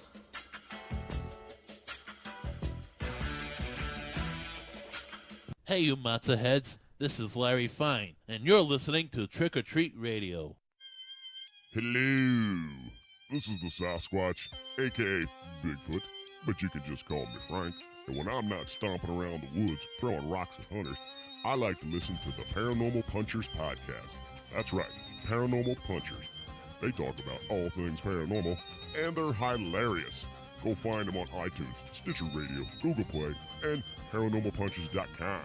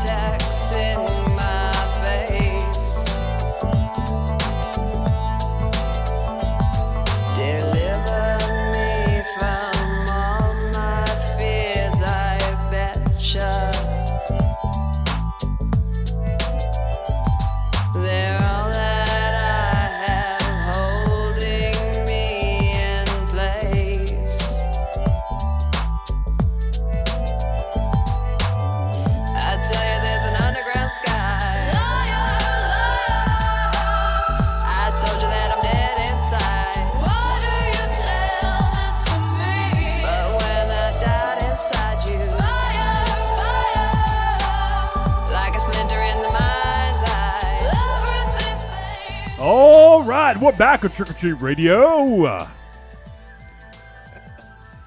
somehow thought that was appropriate for the Endless, that song, Mars. I don't know why, but what do you think is the most appropriate Deadite song for the Endless? I think it's in the bathroom. You taking a shit? Track 2, I'd say, on any album. Track 2 on any album, so Aquaphobic. That's a good one. No, that looks. The cover reminded me of Aquaphobic. Yeah, I guess you're right. Hey, Wolfie, while I'm thinking of it, I thought of something else we can add to the Amazon store. What's that? You're a member of your show in the band you do media for, wrote the introduction to the horror crossover encyclopedia. Oh, yeah? Yeah. I'll do it right now. How about that? Do it. It's true. Yeah, pick up the horror crossover encyclopedia. I wrote the intro, and I fucking lost 4 weeks. Don't. All right, so the horror. Oracle and Don May just fucking running me a lip right now. I can't hear you guys at all. Is there? There's. I see 2 copies of it. Which one is it, Mars? There's one digital and one not. Yeah, there's a digital one. Yeah, is that the one? I think they're both. I think whatever. So. Whatever the newest edition is. Oh, look at this. Your name's on it. Okay, so this is it. It says Horror Crossover Encyclopedia. Robbie Ronsky, and then Dynamo Mars introduction. Did you know your name is on Amazon like that? Nope. Yeah. It actually says Dynamo Mars. Yeah. I got to figure out how to get an IMDb credit before one of these 2 movies that I was in last year comes out. I don't know how to work that shit. I think you need to have a paid account or something like that, if I'm not mistaken. And you probably need to pay into the Union Guild. I don't know how it works, but I'm on IMDb. Yeah, this asshole's on there. I know that. I mean, How did you but I get think on? that For working on Brian's Yeah, films. no. Who did put you on actually there, get yeah. on? Brian does. see, that's why I was surprised that that Bill couldn't put us on, but I don't know. He would know. I was reading. It looks like it's hard to get on because it takes a lot of time, but not hard to get on like as you would think it would. Speaking of Bill, this Friday, just a couple days, you and me, Mars, we're gonna see it's kind of a friends and family. What, you want to be there, Ramchow? I was invited too. Yeah, you gonna go? Well, it's a thing. I Okay, that's what I thought. No. I want to go, but I might not be able to because I might be going away on Saturday night. Well, you're not a family or a So friend, what? so what the hell matters anyway? Yeah, but it's on Friday night. Yeah, but I gotta do some stuff Friday because I might be away. I could potentially be away Saturday into Monday. Oh boy. Okay, my feeling is But- hurt because I wasn't invited to whatever this was. You Do can you come. ever check Facebook? A little bit. Are you friends with Bill? Who's Bill? See, That's there you what's go. why. Yeah. But if I I was flat out told that Aries and Tiny were invited, but not Muscle Zero because fuck him. Unquote. if I don't go away, can I go with you guys? You going away for good? Is that what you mean? I'm fucking done. I think I might be taking the train, so depends on where Wolfie's coming from. By the way, Mars, I might be able to grab you, so we'll talk off air. But Yeah. so on Friday in a couple days, Bill's having a little party in at his place. Who's And Bill? Outside Bill the by cinema. Force outside Okay. the cinema, You can come. and he's showing Survival of the Film Freaks to friends and family. And Mars and I get to see. Is this your feature debut, Mars? I don't know. You guys sure you made the cut? No, I'm not actually. I've seen. I know I made a little bit because I've seen a part with me in it, so that might be the only part. But also, I've been contacted a couple times to try to figure out what the fuck weird movies I was talking about. So I gotta thank I Bill might- too for having me in it. Yeah, you should do that. Yeah. Were you in it? No. What can you add to cult cinema? Commentary. What is cult cinema? It's All right, that's too Malone. no, All it's right, too come on. long. Yeah, fucking. It's about movies that are under the radar and maybe a little provocative. Radar. I'd be like the entry man. The entry man. I'm the audience perceptive. This isn't like a What? family. Everyone is the audience. What the hell are you talking about? So, do you want a credit in this movie as being the audience? I just want a credit. So you just want to be the audience? Like this is everyone sees this through Raven Shadow's eyes. Like that's essentially what you're looking for. He wants the Now, audience yes. participation Award. credit. Yeah, I mean, hey, you know, What this is, are you a fucking millennial? Yeah, that's what it Oh. sounds like. what are you talking about? I know. No, Let's give everyone a ribbon, huh? Jeez. Whoa. Everyone deserves a ribbon. Dude, Okay. you everyone's gotta, a winner, dude, you yeah. gotta earn it. You gotta- can't yeah, just you- watch a movie and say I want to be in it. Yeah, I gotta suffer. I gotta have myself kicked in the fucking balls and stomped in fucking. You did have your ears hurt when you fired a gun. That didn't hurt. Yeah. Yeah, it Oh, did hurt. Jesus Christ. We had to wear I read, we had to wear earplugs. It was horrible. Yeah. I've been working on an article about Raven Shadow's favorite movie, and I'm sure it's going to make him furious. Big Trouble in Little China. Yeah. Are you really? Oh. Well, that and a couple of things from like how John Carpenter, when in doubt, would go back to like a Western of war, and Big Trouble in Little China, despite the fact it's awesome. What's supposed to despite be a the- western? Well, despite the fact that it's unrecognizable as a Western, it also does some of the worst things that Westerns do. Like, so that, like, I found that was interesting, and that was kind of my writing point, my stopping point of the article, because it's definitely a story about the white man coming in and saving the different colored man. Well, which would make sense as to it, that it was written as a Western originally. No, Yeah, but Jack isn't the hero. Wang's the hero. All right. Well, they're not the hero of this movie we're about to talk about. We fucking so. talk about. No, 'cause that was even. No, we'll have Kurt a Russell said debate. that. We'll have a debate on another episode. So I do see Monster Zero's IMDb page. He's known for Cryptic Plasm, Fetus, and Blood Pigs. In Cryptic Plasm, you were a plasm victim. I was. In, That's my cameo movie. In Blood Pigs, you were Jonathan. Yeah, I can never understand why it's Jonathan. It's spelled really weird. Yeah. And in Fetus, you were the doctor. Now we got to get your Morbid Tales and Septic on here when they come out. Yep. You look at that. You got 5 credits. Will we have credits because we're in Maybe. the new one? You should. Maybe. You should. Nice. You should. What name? My real name, Michael Ravenshadow. That's why I signed the consent form. That's true. And then can we get one for Jarrett's film? Oh, maybe, yeah. None of his stuff is on there, though, If which he is weird. registered it on here, because it's a short. Yeah. Well, I mean, I didn't make it. He made it. He should Yeah. do that.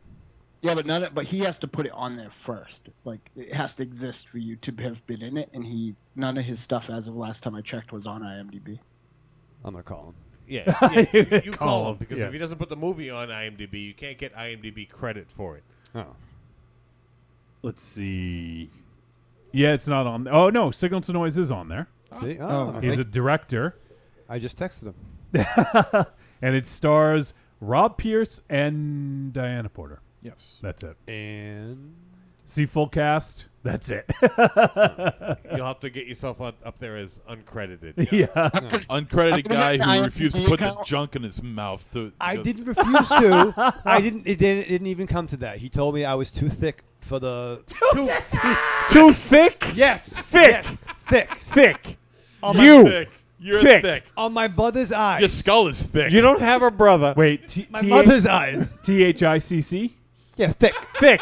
Thick. You. Me. Thick. My beard I was think too you were thick. saying you look like Alan. Your beard. What is that? Zero throwing up. Your beard was too thick. Yeah. You were not too thick. By the way, Raven Shadow, yes. do you know what thick means? You kill it, MZ. THICC. Do you know what it means?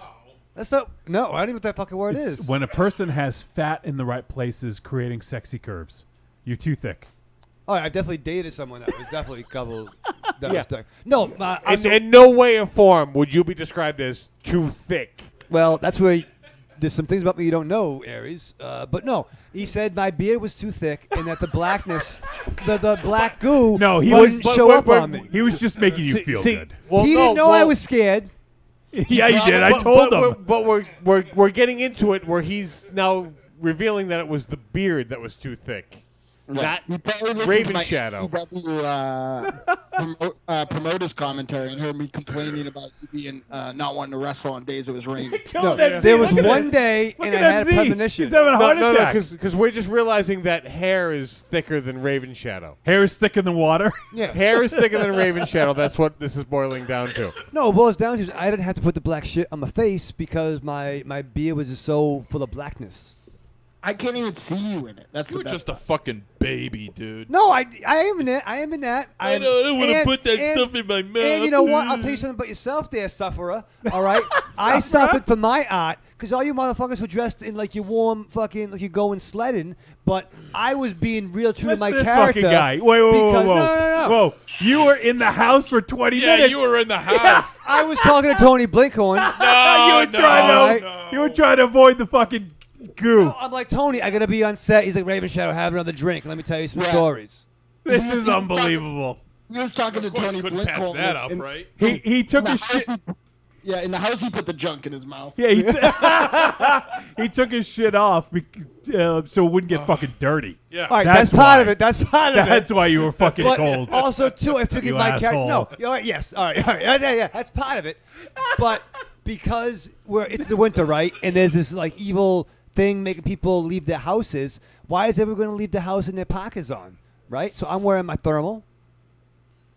Oh, you getting into the character? Right, I as my see. character was doing. See, I'm like, all of a sudden, if Crazy El Goro's being the evil president, making people, fucking Yeah, go Don't crazy. rationalize this. I am my character. My character's name was Bill. Your character's name was all the way in the back that nobody could even see you. All the way in the back. I know. I'm on fucking play the fucking thing. What did Bill do for work? He was he's an out of work electrician. And how much did he make a year? About $30K.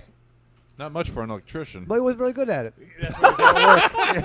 He was an apprentice, and things happened where he ended up living alone at that time. No, a big surprise. There might have been Sleeping a on the separation couch? of Bill. No, he can sleep on all the couches. Okay. But he's an out of work electrician, and I listen to the radio Jesus on Christ. Saturday mornings. That's what I like. What Bill likes. I don't. Bill like that. You know, fuck Bill, okay? Dude, you stayed in the house because it's too cold. You didn't want to put the black shit in your mouth because you were scared. Yes. And you were afraid to get it all over your clothes, okay? But Jared didn't know that. Well, No, now he but we does. did. We did. Stop listening, Jared. I have the feeling, Raven Shadow, that your film career on IMDb is going to be the same as the sports position you played.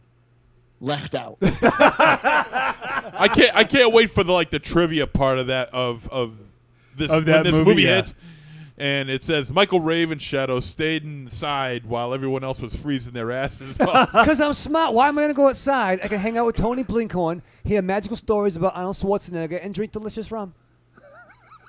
Yeah, I'll be right out. What kind of rum? Tony rum. It was the good stuff, Yeah, right? Tony. Yeah, top shelf Tony. How do you know what the good stuff is? He had a shot once over at I did. I had one shot. over at D-Watt's house. Yeah, when the You don't Super have Bowl. the point of reference, though. You just have the one shot. It was good stuff, though. I know, top shelf Tony. Don't fuck around. We're playing Mortal Kombat. Top shelf, Tony. All right, we're going to talk about this movie. Jesus. The last thing I'll say about Blinkhorn's shoot on Signal to Noise was that fucking spread, huh? Oh, really? Huh? The catering spread. Oh, my God. Oh, beautiful. It had everything. It was like going to fucking Wegmans or whatever the fuck place is. What? It was like going to Wegmans. Right? Unbelievable. Oh, what's the other place Going that's to not Wegmans. Wegmans? What's the other place that's not Wegmans? There's like two places people freak out over. There's Wegmans, Market Basket. Is that the one? What about it was exciting you, and I'll help Have you out. you lost your goddamn mind? No, it's a Market Basket. It's like Yeah, they're both Listen to supermarkets and Dynamo sell laugh. food. So, what about it was exciting you? wait, Market. About the shoot. Market basket. There was Domino's pizzas. They had cups. They had Donuts, donuts. chips, Yeah. coffee. Chips! What is Domino's A pizza? lovely cheese plate. There was some fine cheeses. There was a Mortal Kombat 3 machine. There was. And some of the finest solo plasticware. All right. This is my most anticipated movie of the year, and you guys are God damn it. fucking with me. Oh, we'll find whatever way we can to piss you off. I'm scared. I can't put that black stuff in my mouth. I was having so much anxiety. I wanted to run. You had no problem putting rum in your mouth, but you were scared to death of putting like charcoal water in your mouth. Yeah, I don't want it in my teeth. Mars is I dying over can't there. tell if he's in distress. Should we be calling 911? What does Domino's pizza have to do with No, there's a lot of options. Doesn't Wegmans have like other little stands? You can get like pizza. You can get Chinese Yes, food. It's yes, like they They have a little. it's like international, waters or whatever. almost the like a fuck. food court. Yes. like a classy food court, right? Well, You know, not I- classy, but yeah. You know, I gotta tell you, because Dynamite, I really wish you were there instead of Raven Shadow. But Why? at the same time, I'm really glad Raven Shadow was there, because otherwise we wouldn't have material like this to work with. I think that was okay, right? Like, Mars wasn't would it- have been outside with us the whole time. That's so, right. Yeah. That's I right. think that was okay, wasn't I? Because I couldn't. Yeah, you couldn't be there. No, Mars wouldn't have been outside. No, No, he would have. he'd He been- would have braved it a hell of a lot more than he'd this been guy. inside like a gentleman with me with top shelf Tony Blinks. Straight now. The two of them would have been standing together. Here's the question I have: where was the food? In the inside. Next to That's where I Raven went. Shadow. All right, Right. And Papa Blinks was like, Raven Shadow, don't you think you should be going outside? No, he didn't say that. He No, he wouldn't. didn't. All right. The Endless. Let's have Tony Blinks. I'll tell you on what's now. endless is this discussion Yeah, about no Raven shit. Shadow. We're stalling like it was last week's movie. I think Tony Blinks is texting me. So The Endless is not rated. It is an hour and 51 minutes. It just got a VOD release last week. I think it was actually just yesterday. It was the 26th of June. It got a VOD, DVD, Blu-ray release. So if you guys haven't checked it out yet, you can readily do so. You can get it on use our Amazon link or go to our Amazon store and check it out. And this is a fantasy horror sci-fi film, and it is directed by Justin Benson and Aaron Moorhead, and is written by Justin Benson, and it stars Justin Benson and Aaron Moorhead, Callie Hernandez, Emily Montague, Lou Temple, James Jordan, Tate Ellington, Kira Powell, Vinnie Curran, Peter Ciela, Shane Brady, and David Lawson Jr. And Robbie Rist. No Robbie Rist. Ben Sims also a favorite sitcom of mine. And I do appreciate Moorhead. So, And the synopsis, The Endless is a movie starring... What? I don't care who it's starring. I just said that. It says two brothers return to the cult they fled from years ago to discover that the group's beliefs may be more sane than they once thought. That's an interesting way to put it. I don't agree with it necessarily, but yeah, it's a bad idea. Yeah, when I saw the synopsis for this on IMDb, I was like, you know, it's an interesting little spin. I mean, this is before I watched the movie, but normally if you see something like that, it'll say, discover that the group's beliefs may be more insane than they once thought. So the fact that they turned that word insane to sane gave it a real Twilight Zone twist, and I was really looking forward to seeing. Yeah, that is an interesting distinction. I like this. So I'm going to read. This is from the very beginning of the movie.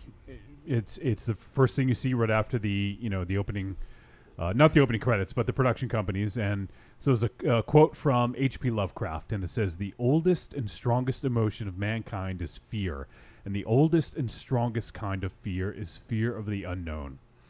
And there's also a quote attributed to no one. It's attributed to unknown. "Friends tell each other how they feel with relative frequency." I guess like us. Go fuck yourself. Yeah. While siblings wait for a more convenient time like their deathbeds. That's a great quote. Raven Shadow, I'm going to tell you what I think about you when I get close to death. Oh, man. Oh, you guys are brothers then, huh? You're the one person in this room that can't comment on siblings. What'd I say? You kind of agreed with that statement. Well, yeah. It's a statement about siblings. Well, I know fucking most of your fucking siblings, you and I know your fucking sibling. But you can't comment on siblings. Listen, you don't have to. I have cousins, and I know what you know. All right, Raven Child's we get it. You're Raven an only child. Right, You're an only child. Your parents took one look at you and said, "Fuck this, we're not having any more." No, listen, that's a true. Listen, look at the popular heroic stories. It's always the only child is the greatest hero. Superman, Batman. He didn't have a brother. Rifleman. Peter Parker, Rifleman. It's part of my heroic journey. When's it gonna end? The way things are going, if you have August, you might be in the money. Okay. Pap says also starring the mask face guy from Devil's Rejects. The mask face guy. That's Lou Temple. Lou Temple. Yeah. All right, so The Endless. So we're watching it here. Way, yes. I'm eating fucking rice cakes. You happy, Aries? Are you drinking soda still? No, now I'm drinking coffee because I got to stay up and do this show. Okay, but you were drinking soda. Yeah, I did. I had a Dr. Pepper and a half. Yeah, I helped you load those Dr. Peppers, those 2 liters of Dr. Pepper. So a Dr. Pepper isn't that soothing. No, I will show you. All right, I'm gonna take pictures of all the Dr. Pepper that's still here because you saw what Dr. Pepper came in. Yeah, the bag of Dr. Pepper weighed more than your suitcase and your bag of electronics for this show. So does heavy. All right, so I know that Mars and I watched Resolution. The other 3 guys did not. So there's much debate about whether or not this is a sequel, whether it's a crossover, whether it's a squeakquel, whatever the fuck. What I will say about this, and I saw something. I couldn't find the article. I tried to look for it right before the show, and I couldn't find the one that I was looking for. But I had seen the directors say that this isn't a direct sequel. You don't need to see Resolution. The way I think about it is that you don't need to see Resolution to have this be a good cinematic experience. However, it's much more rewarding if you do. So that's how I'll kind of put it out there. I know, Dynamo, you said that you do think this is a sequel and you think you definitely should see it. or you recommended that people see it as you did with Coop? Are you eating rice cakes? He's still calculating his soda. Yeah, I know. I went and took pictures. Hold on. Oh my God! No. He's backfilling a 2-liter with another bottle. No, shut. So the main characters in The Endless are played by the directors, Justin Benson and Aaron Moorhead. And in the movie, they're Justin and Aaron. And these two characters were in Resolution. However, they had about a 90-second role in Resolution, which is interesting. They actually show their scene in Resolution in this movie. Oh, yeah, the scene Raven Shadow. This is great. So we're watching the haircut.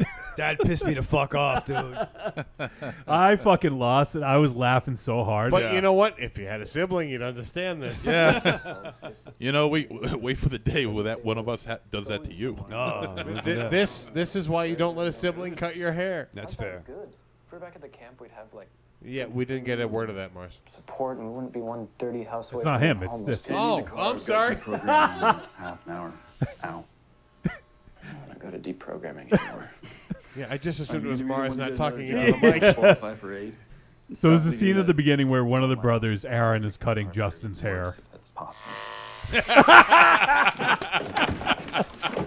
Aries, check your text. It's kind of like Wolverine. Yeah. So he takes the fucking. That's gonna be the cover. He takes the clippers and Trimmer. he just rams it right down the middle of his dome and giving him a reverse mohawk essentially. Oh, that was fucking great. I fucking lost it. That was hilarious. Yeah, so they're these two brothers who are are readjusting back to a civilized life, I guess you could say, by working in a job of cleaning houses. And, yeah, because they had escaped. It was a news story. They just escaped a UFO death cult, as it was referred to as. Right. And so they're trying to kind of reintegrate into society away from the cult. And, they're sort of, at least Aaron is sort of drawn back to it. He kind of looks at it in a positive light where they're struggling. They're not making very good money. And he's like, oh, well, we had, remember at the cult, we had food and all this stuff and we have to worry. And, and Justin's trying to have them adjust to the real world. And Aaron sort of thinks fondly of his time there, it seems. So, and the movie opens with Aaron opening the door and there's a package waiting. And inside the package was it S video? No, it wasn't S video. It was SVHS or something like that. It was like an old format of tape. Yeah, camcorder video cassette. Yeah, one of the small. I don't remember what the size was, but one of I used to have small format. I think it was SVHS. Might have been SVHS, but anyways, so Aaron goes to a yard sale and buys like a $20 camera, brings it back, plays it, and in it he sees Anna, who is someone that he remembers when he was younger, and basically saying, we've come back.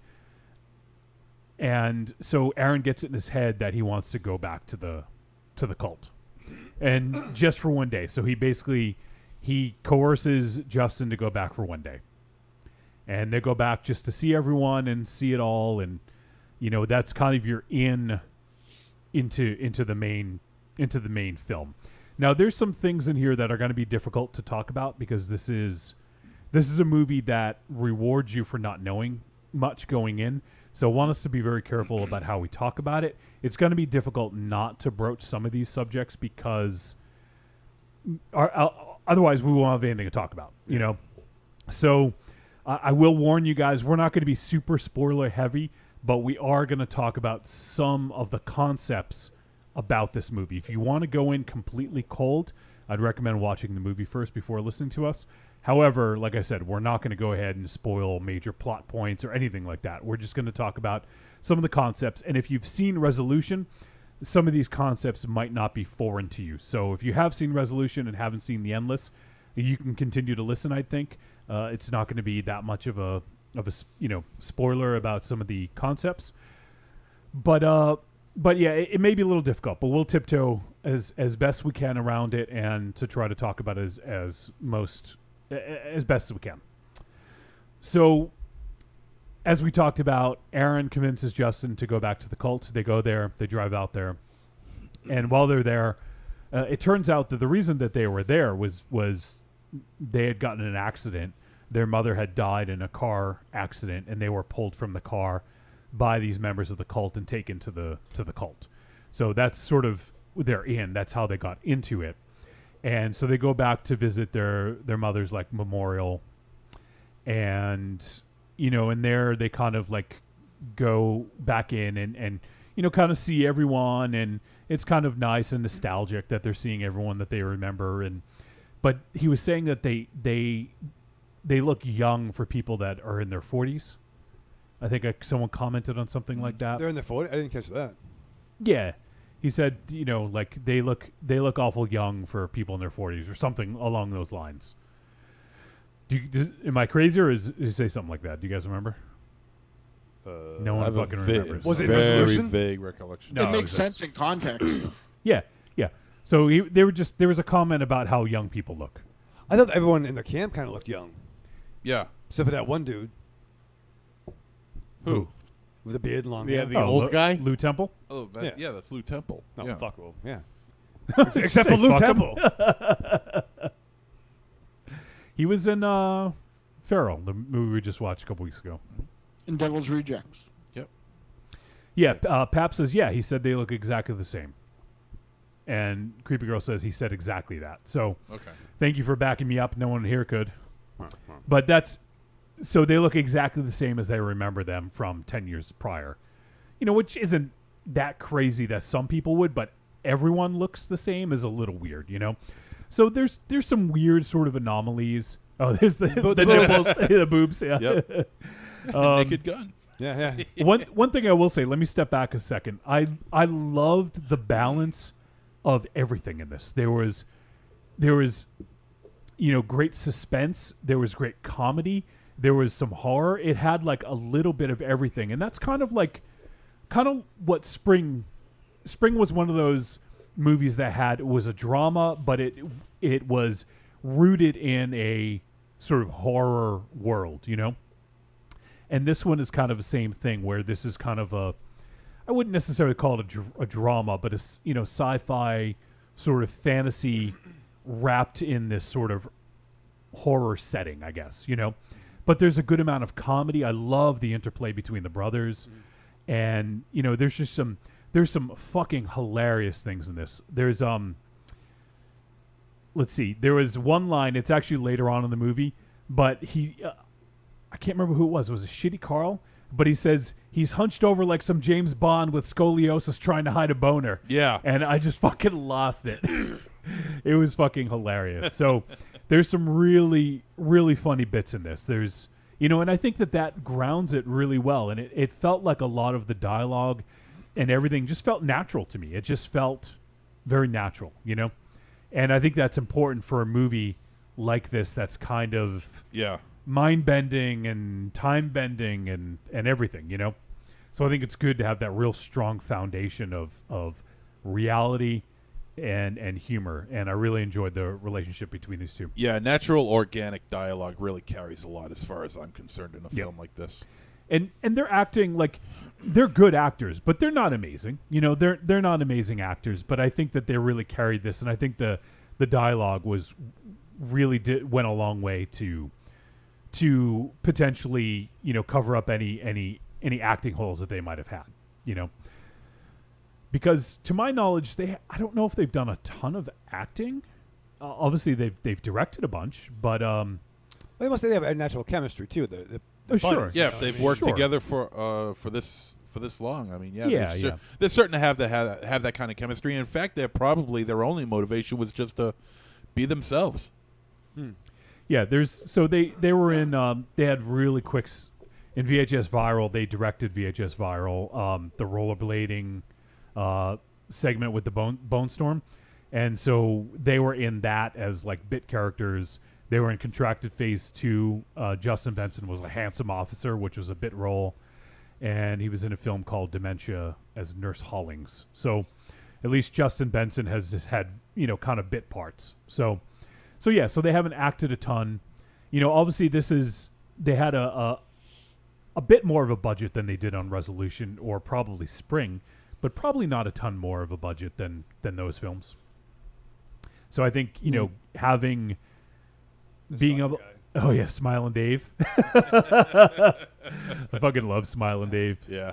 So creepy and like unsettling. Oh, Jesus. So, all right, where else do we go? So they get back Where to. do we go? They get back to the you know, to the cult, and you know, Aaron is really taking a liking to being back. You know, having food prepared for them and everything, and then he also meets Anna, who he has kind of a crush on and everything, or re-meets her. Yeah. And so he just kind of wants to stay, and they end up sticking around another night. He convinces Justin to have them stick around another night. And so I would say that Aaron is a bit more oblivious to what's going on, whereas Justin is sort of digging in and trying to find out what the hell is happening. Because there's definitely some weird things. There's how do I even I don't even know if I want to say what the thing is that's happening. I don't think we should. I don't think we should say what's happening. But if you guys have seen Resolution, then there's definitely some weirdness with time, I guess I'll say. In media. And media, yes. Yep. Where there is like in Resolution, there's a scene towards the end where the two characters are looking at themselves like seconds in the future. Like they're watching on a TV screen, like all these possible outcomes of what is happening to them minutes after like the actual of where they are. So it's really interesting to see that sort of thing. They're seeing these possible outcomes of what could happen to them. And which go ahead, Mars. Is my argument to why this is a sequel, regardless of what anybody says. Because here's the thing, I don't know how to describe it, so I'll say entity, or it is the same malicious force. Yes. Yeah. So like, I mean, I don't know, like if you made two different Doc Savage movies, like the second, like one would be a sequel. A Predator 2 doesn't have anything to do with Predator 1. Like I think in that sense, it is the same as a traditional 80s horror film, because what does fucking Friday the 13th 4 have to do with Friday the 13th 8? You know, like not a thing, except that Jason is in it, you know? So in this sense where the problem is a little less linear. Yep. In both its setup and its depiction, like it's a little shaded, but this is definitely, I mean,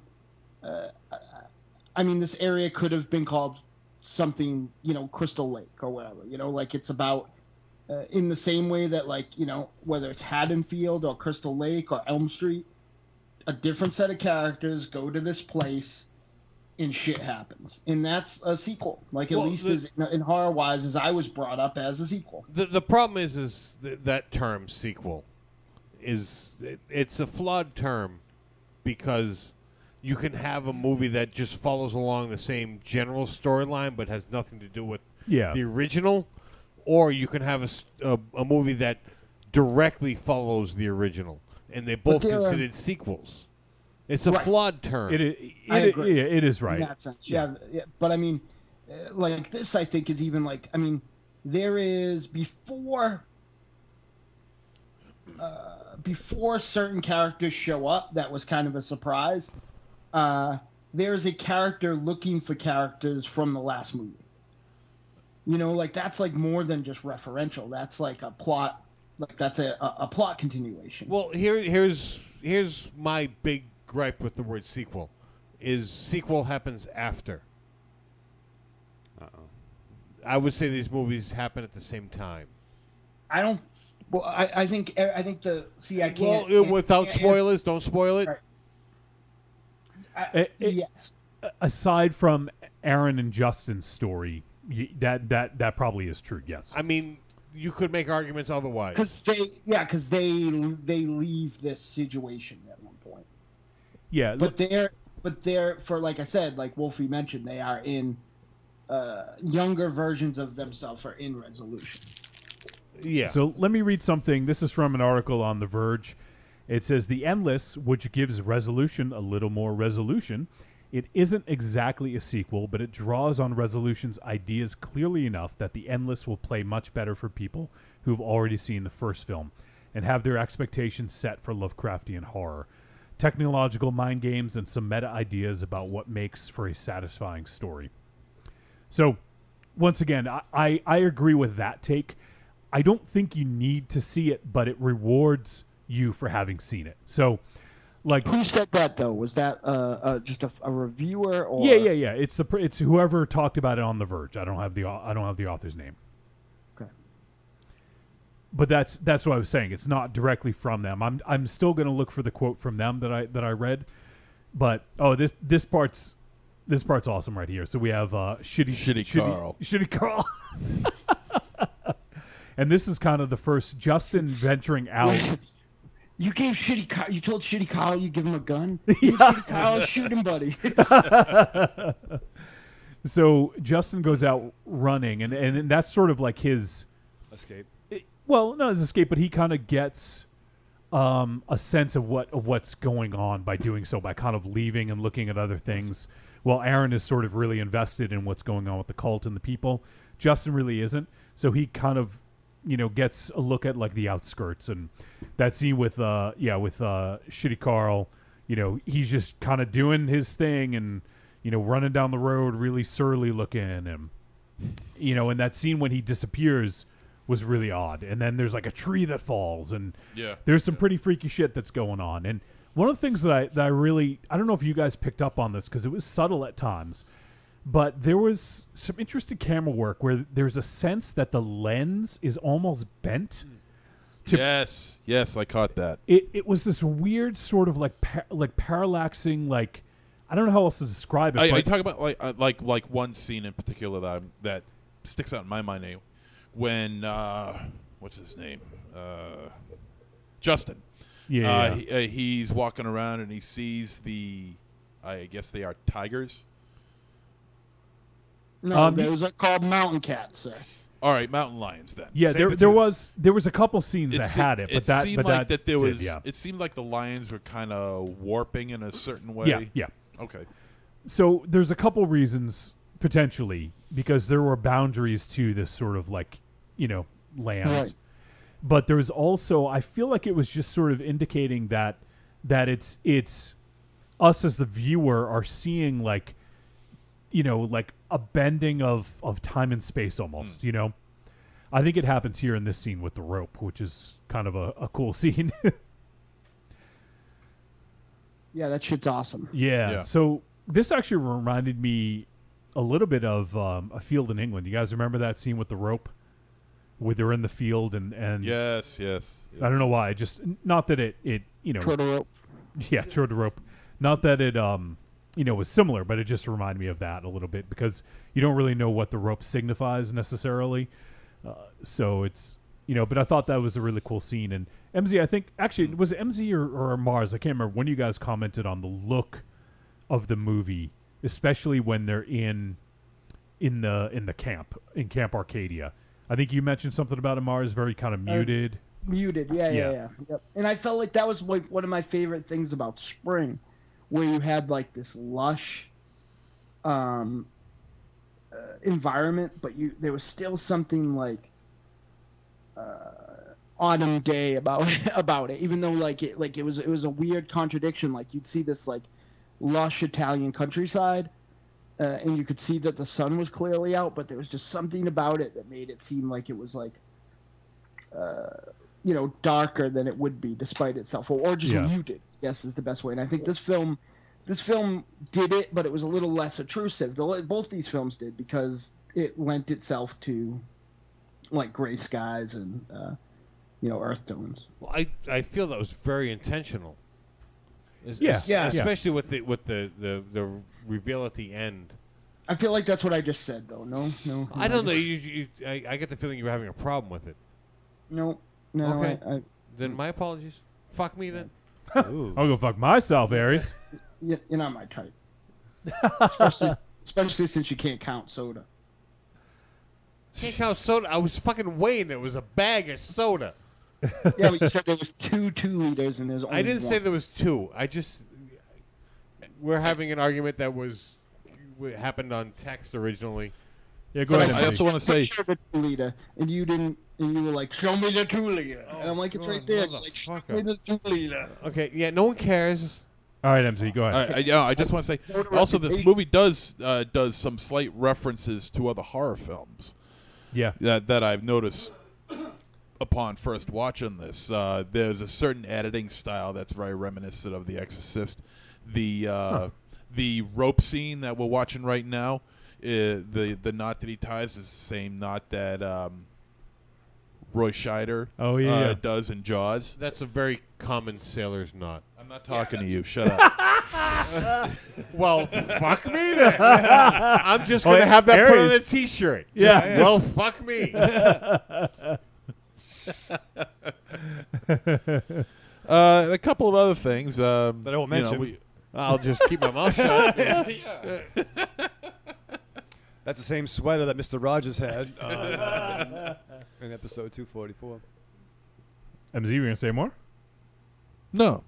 I want you No, go ahead. I won't even comment. Aries telling me to shut up. So I'm No.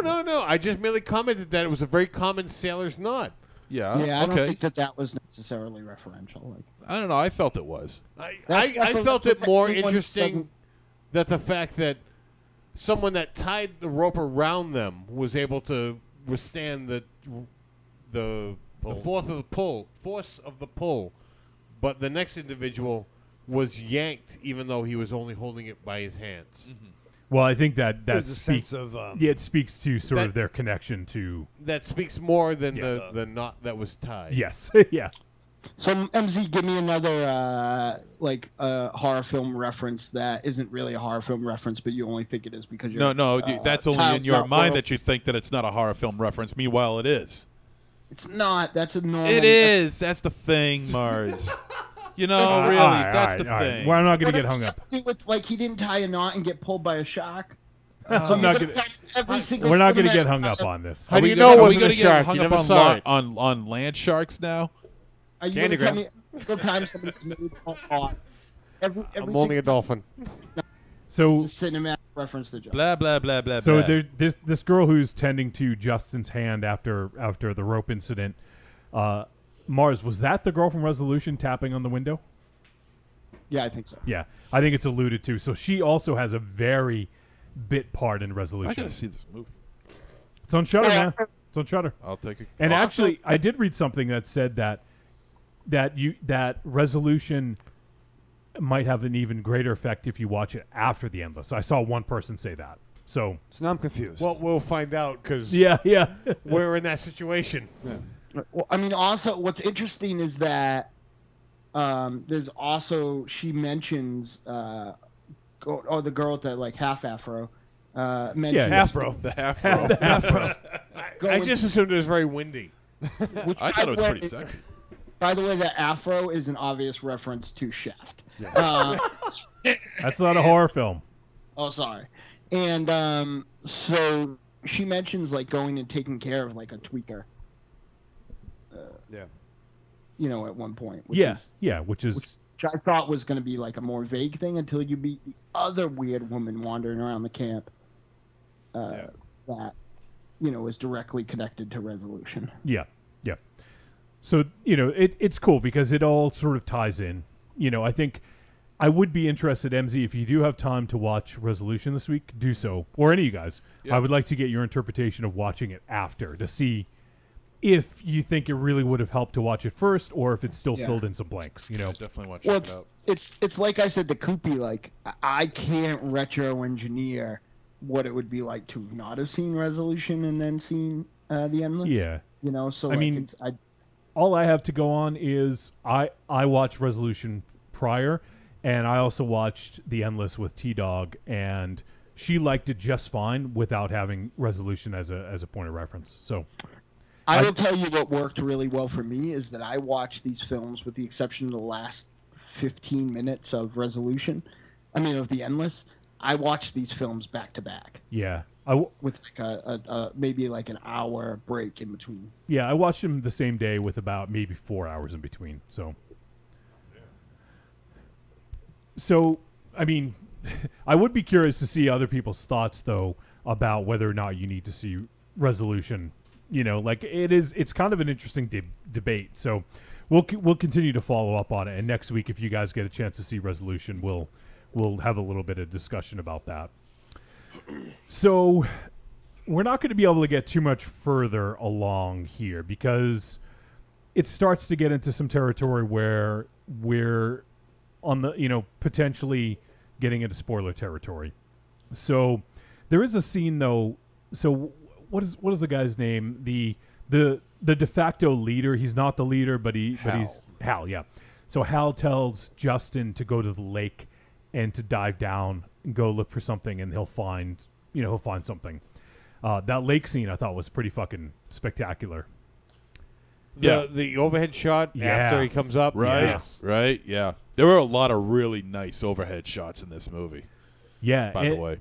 And I know we talked about having a little bit of drone fatigue. When we watch a few movies, it seems like it's really, really noticeable that like everyone just wants to put in a drone shot. I can't blame them because it adds production value. Signal to noise. Yeah, there you go.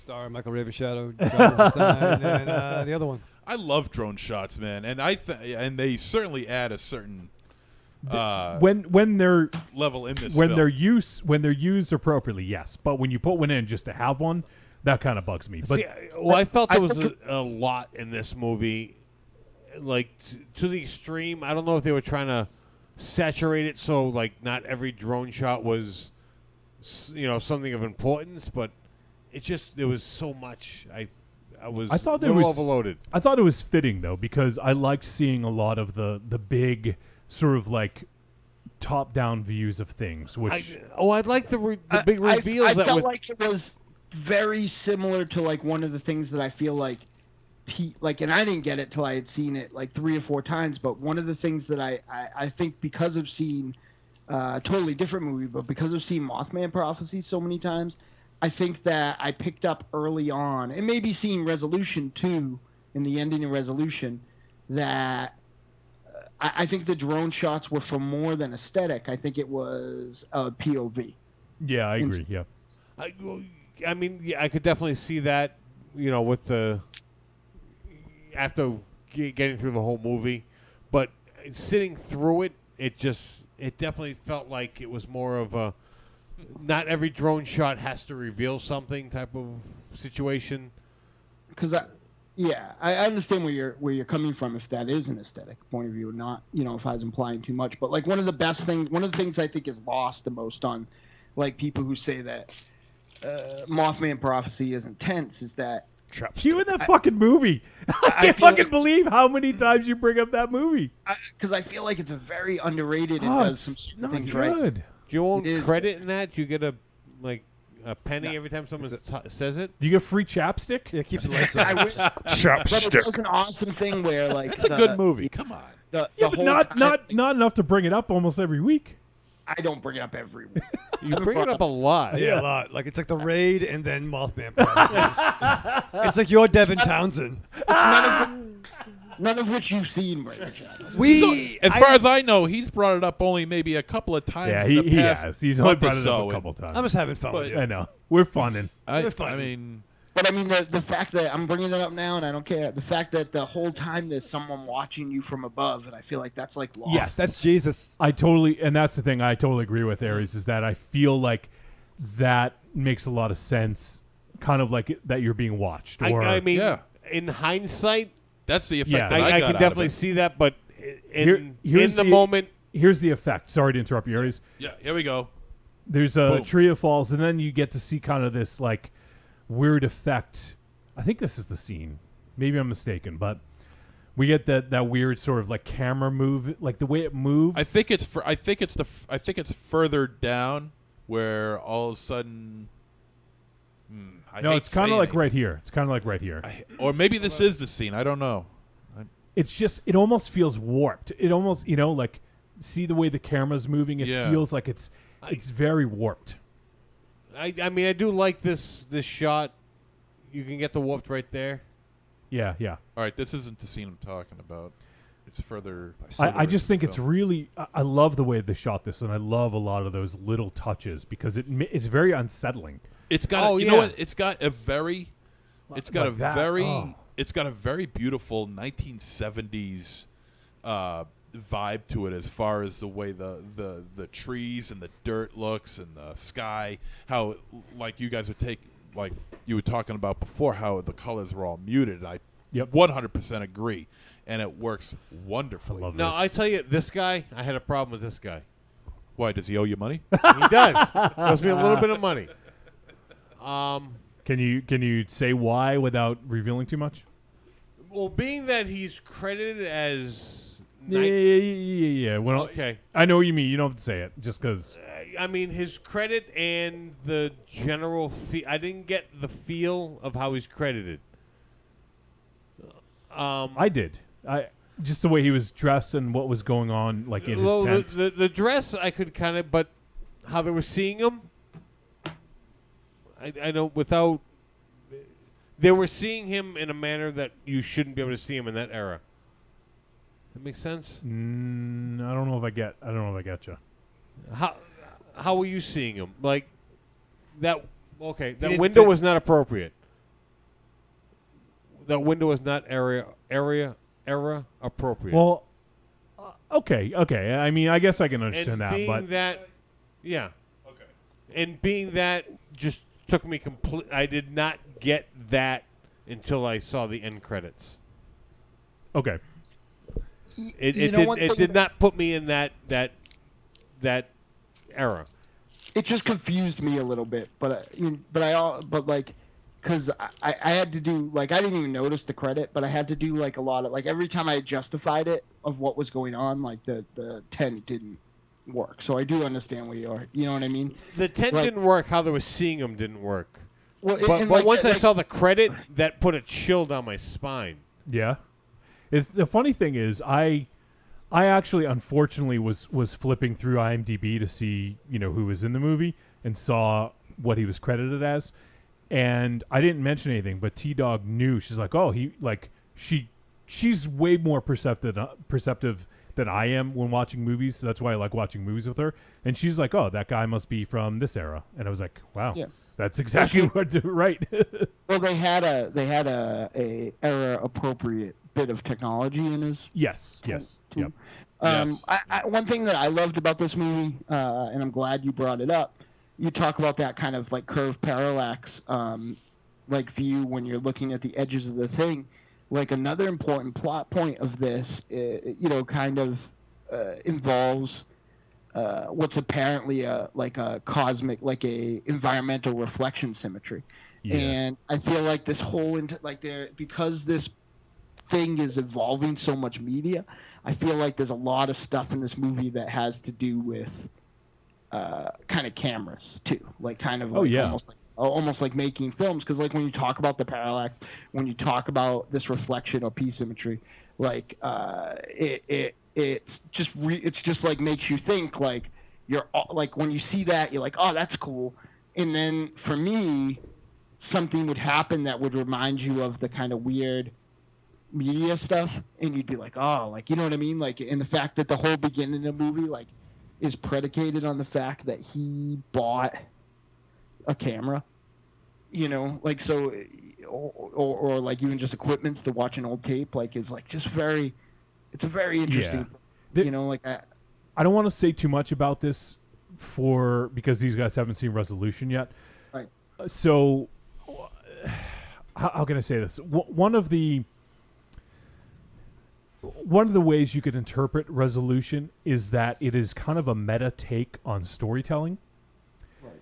And with the audience sort of being the ones who are in control, if you will. Like, I'm trying to really tiptoe around this, so maybe I'll leave it until you guys actually see Resolution. But there is something to what you're saying, Mars, that I totally agree with. I think that it's maybe not just a snapshot of the world, but I think it also has a lot to do with media as well. Yeah, I think that's the thing that made it, because both the way lesser so, even though it's more extreme resolution, but both these films are kind of predicated on kind of a harebrained idea, you know, like if Michael Raven Shadow wanted to go back to the UFO cult, like I would either let him go to get castrated or like beat the shit out of him so he didn't go. You know what I mean? Like if I was being a good big brother, like that's not what I would do. So like I felt like when this movie was kind of like starting before it got really into it, I felt like it was like, man, like I feel like I'm already having to like fucking put my common sense like hat on the floor to like even get us to the haunted house, which again is something that like I think like the setup being like so kind of strangely intrusive, like they made it make sense in a world, and you know what I mean, but like it's that old horror movie trope of people going back to where the horror happened, right? You know, like whether they don't forget, which I think is like is innovative and different as this movie is. It still definitely has a lot to do with like the way horror movie sequels are set up. Yeah, it is. I would like to potentially revisit this maybe after, after we have seen, after this movie's been out for a little while, we can have maybe a deeper dive after everyone's seen Resolution, because I think there may be some more to talk about. And maybe we'll get some people who are smarter than us, to join in the conversation. Impossible. No one smarter than us is listening to this. Is listening. Well, that's not true. That's actually a low bar, so I don't know about that. But yeah, I think that it is an interesting, sort of an interesting angle, and just to think about how like the way media is used in this, and even the girl, I don't recall her name, but the one you guys referred to is with the half-row, and even her paintings and stuff like that, and. Lizzie, yeah. So, yeah, it's definitely pretty interesting to think about that in those meta terms. All right, where do we go from here? So, one thing I will say is we haven't really touched on some of we've touched on some of the technical aspects, but I really love the way this film looked overall. I just think they did a phenomenal job of creating atmosphere. And clearly, they didn't have a huge budget with this, but what they did have, they really, really were able to capture a lot of just really interesting things that really fed into that atmosphere. And the score was great. I really loved the score. Wonderful in this. Score. Yeah, I paid attention to that score. It was really, really good. And the CGI that they used in this, and sparingly used, I might add, it really adds to the element of otherworldliness, you could say, in this movie. It's very well done. Yeah, I mean, I would say that CGI was used only when absolutely necessary. Yep. Well, what? I don't know if I would believe that. I think the idea of the birds could have been. The use of birds could have been. How the fuck are you going to train fucking birds shit that you want to do? Wait, what? You flap over there. No, not yet. Wait for your mark there, Woodstock. No, there was not sitting. Oh, for Christ's You're going sake. to train 50 birds to make a perfect circle? No, you douche. Wow. 40. You just don't. No. A lot of the birds in this movie were CGI. Yes. Yeah, that's fine. Thank you. Thank you. Who cares? Oh, Yeah, but how would you make the birds do what you would want them to do? No, listen to me. Hire There was fucking one bird scene. trainer? There was one scene that Can't we were beat it watching. anymore. Fuck you guys. I'm not talking anymore. You know what I think? You don't think? Shut up. I think the CGI birds were very referential to Alexander. Okay, you Arnold. know what? Oh, You know what? God. Let's. You guys aren't gonna listen. No. What's the fucking? I'm point? going to listen to you. No, you're not. Give No, me you're one not. example. All right. Let's say you Let's listen. listen Let's to say you. you listen. I'm listening There's to a you. 75% chance that these motherfuckers over here are Well, gonna say ignore something. them. You will talk. You never shut up. I won't. I'm saying I won't. His mic is off. Talk. Give me one example where the birds didn't need to be CGI. There was one scene that we were watching in which I think it was Justin walking through the camp. We watched it just a few And they were minutes ago. flying behind the guy? And they were flying behind him. I think it was overused. Yeah. All right. It was look, it's a simple it's a simple constructive criticism. I just think they used a little bit too much. That's all. So- Other than that, I think the CGI in this movie was done very, very well. So like, don't have birds in that. Oh, scene. for Christ's sake, you are so You know what? stupid. No, I'm not. You are so fucking dumb, Mars. It's unbelievable. I respectfully You are disagree with so you. fucking dumb. I Jesus respectfully Christ. disagree So with what you would and you feel do, that have real those. birds? I So what's the respectfully alternative? disagree with you. Those feel those birds could not have been trained in appropriate fashion. To Oh, be sure. done practically. Sure. So that's what I'm asking you. What would you have just done? Not had them, or? Oh yeah, he's He talking. took his- you he- can't hear him. He took his headphones off. Anthony, but put your headphones on. No. Yeah, given an appropriate amount of time, birds could have been trained to probably. Who create that fucking? effect. Why are we arguing about this? Who fucking Yeah. cares? Movie takes How 5 long- years how to long- make. You have to hire a fucking like I was animal just- trainer to Look. fucking have the birds fly. Who fucking cares? Look, I'm just bringing up a God constructive. damn it! I'm the only. Shut up! I'm the only one bringing up a constructive criticism. Okay, and all you guys are shitting in your pants over it. I was Calm the asking fuck honest down. question. Hey, Like, what's your all, constructive all criticism? I gave you your soapbox to stand on here, Yes, you did, and I appreciate that. and you're shitting on me over here. And then Aries put a noose around your neck and kicked out the soapbox. It's your constructive criticism, though. I'm just Just trying because I to tied the understand. knot doesn't mean I put it around his head. I'm not even disagreeing with you. I just really don't. wanted to see where he's going with that. Yeah, are you saying that they did? And I told you. much? Are you saying that they did the whole bird CGI bird bit too much? Or are you saying that Yes. from the scene with real birds? Like I just don't. No, there were no real birds. Oh, because that's hard. That's like real reactions. Oh, for fuck's sake, he doesn't get it. I don't get it. You don't That's get what- it because you're a moron. That's not why I don't think.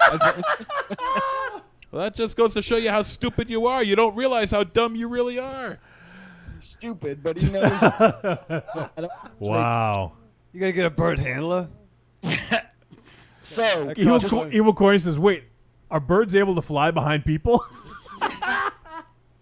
should they have had? Here's what I would have done. John Woo uses real birds. I would have had him have a harness on, and then had like fake birds, like just with like a very thin line being dragged behind him, and then CGI. Look, it's not like they were like Birdemic 2, you know. that was All right, brutal. I'm just gonna go one slow time because I am stupid. Okay, are you saying that they shouldn't have been, that they just should have not done that bit a couple of times, or in this particular scene they should have had real birds, or How about no birds? I just think it was overkill. That's all. okay? Yeah, I don't know what scene you're talking about, so I don't know if it was an essential thing. It was the one where the 3 birds were flying behind the guy, right? Is that what you're talking about? Yes. Yeah. Okay. Yeah. Yeah. Never mind. All right. Moving on. But there were other scenes with birds that I thought it was overkill. Okay, so just But to get the birds to do something like you're never going to be able to do that. I understand that.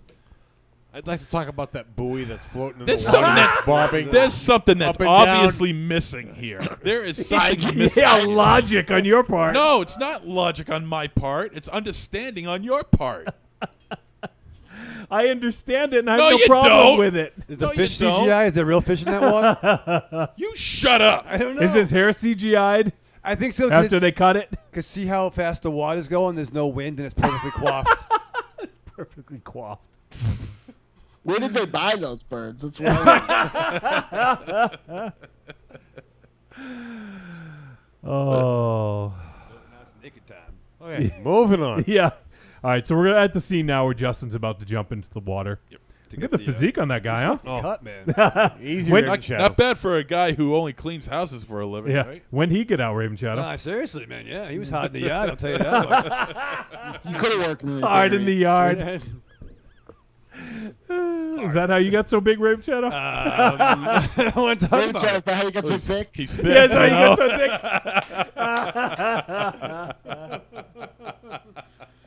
Oh man. All right, so I think we'll start to wind down. We've actually been talking about this for almost an hour, even though I don't even know what we fucking said about it. But It's been an interesting chain of events from the intro to the sitcom talk to now this and the bird the bird discussion. Welcome to Trick or Treat Radio. It's unscripted, unhinged, unscrupulous. So, all right. So, the other thing I wanted, Shitty Carl's plan was fucking awesome. Oh yeah. Okay. So here we go. Now we're watching. Now we see the drone shot of the boat, which is fucking amazing. So good. Great shot. Wait, this is a drone? This isn't handheld? Yeah. Someone flew up into the air with the birds carrying them. If they had real birds, They had they real could've birds tied- carrying them. He had a jet set. Yeah. Like a giant albatross could fly. But no, that was such a great scene Yeah. in the boat in the water there. And Shitty Carl's plan. I was just fucking laughing my ass off. I fucking love Shitty Carl. And they found another tape. That's what they found. Oh, I shouldn't say that. Maybe They found something. they found something in the water. All right, so moving ahead here a little bit.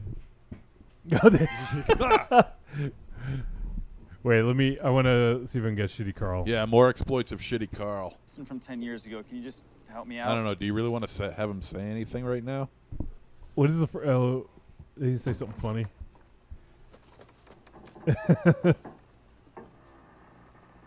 I think this scene was a little weird, and it took me a second to figure out what's going on. Why the fuck are you in my house? Love Shitty Carl. That's all I'll do. He's so surly. He's a surly bastard, ain't he? Jesus. Maybe surly Carl. This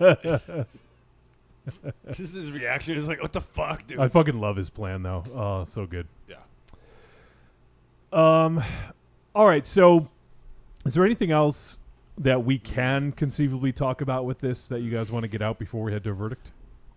Maybe on a technical aspect. Story-wise, I don't think so. Yeah. Yeah. If we talk any more, it's gonna start opening doors, man. I mean, I at the risk of a spoiler, the very end, the climax, the peak of the climax, timing of it really bothered me. The fact that it happened and they ran and then they needed to. Yeah. Yeah, and I think the fact that they needed to slow down.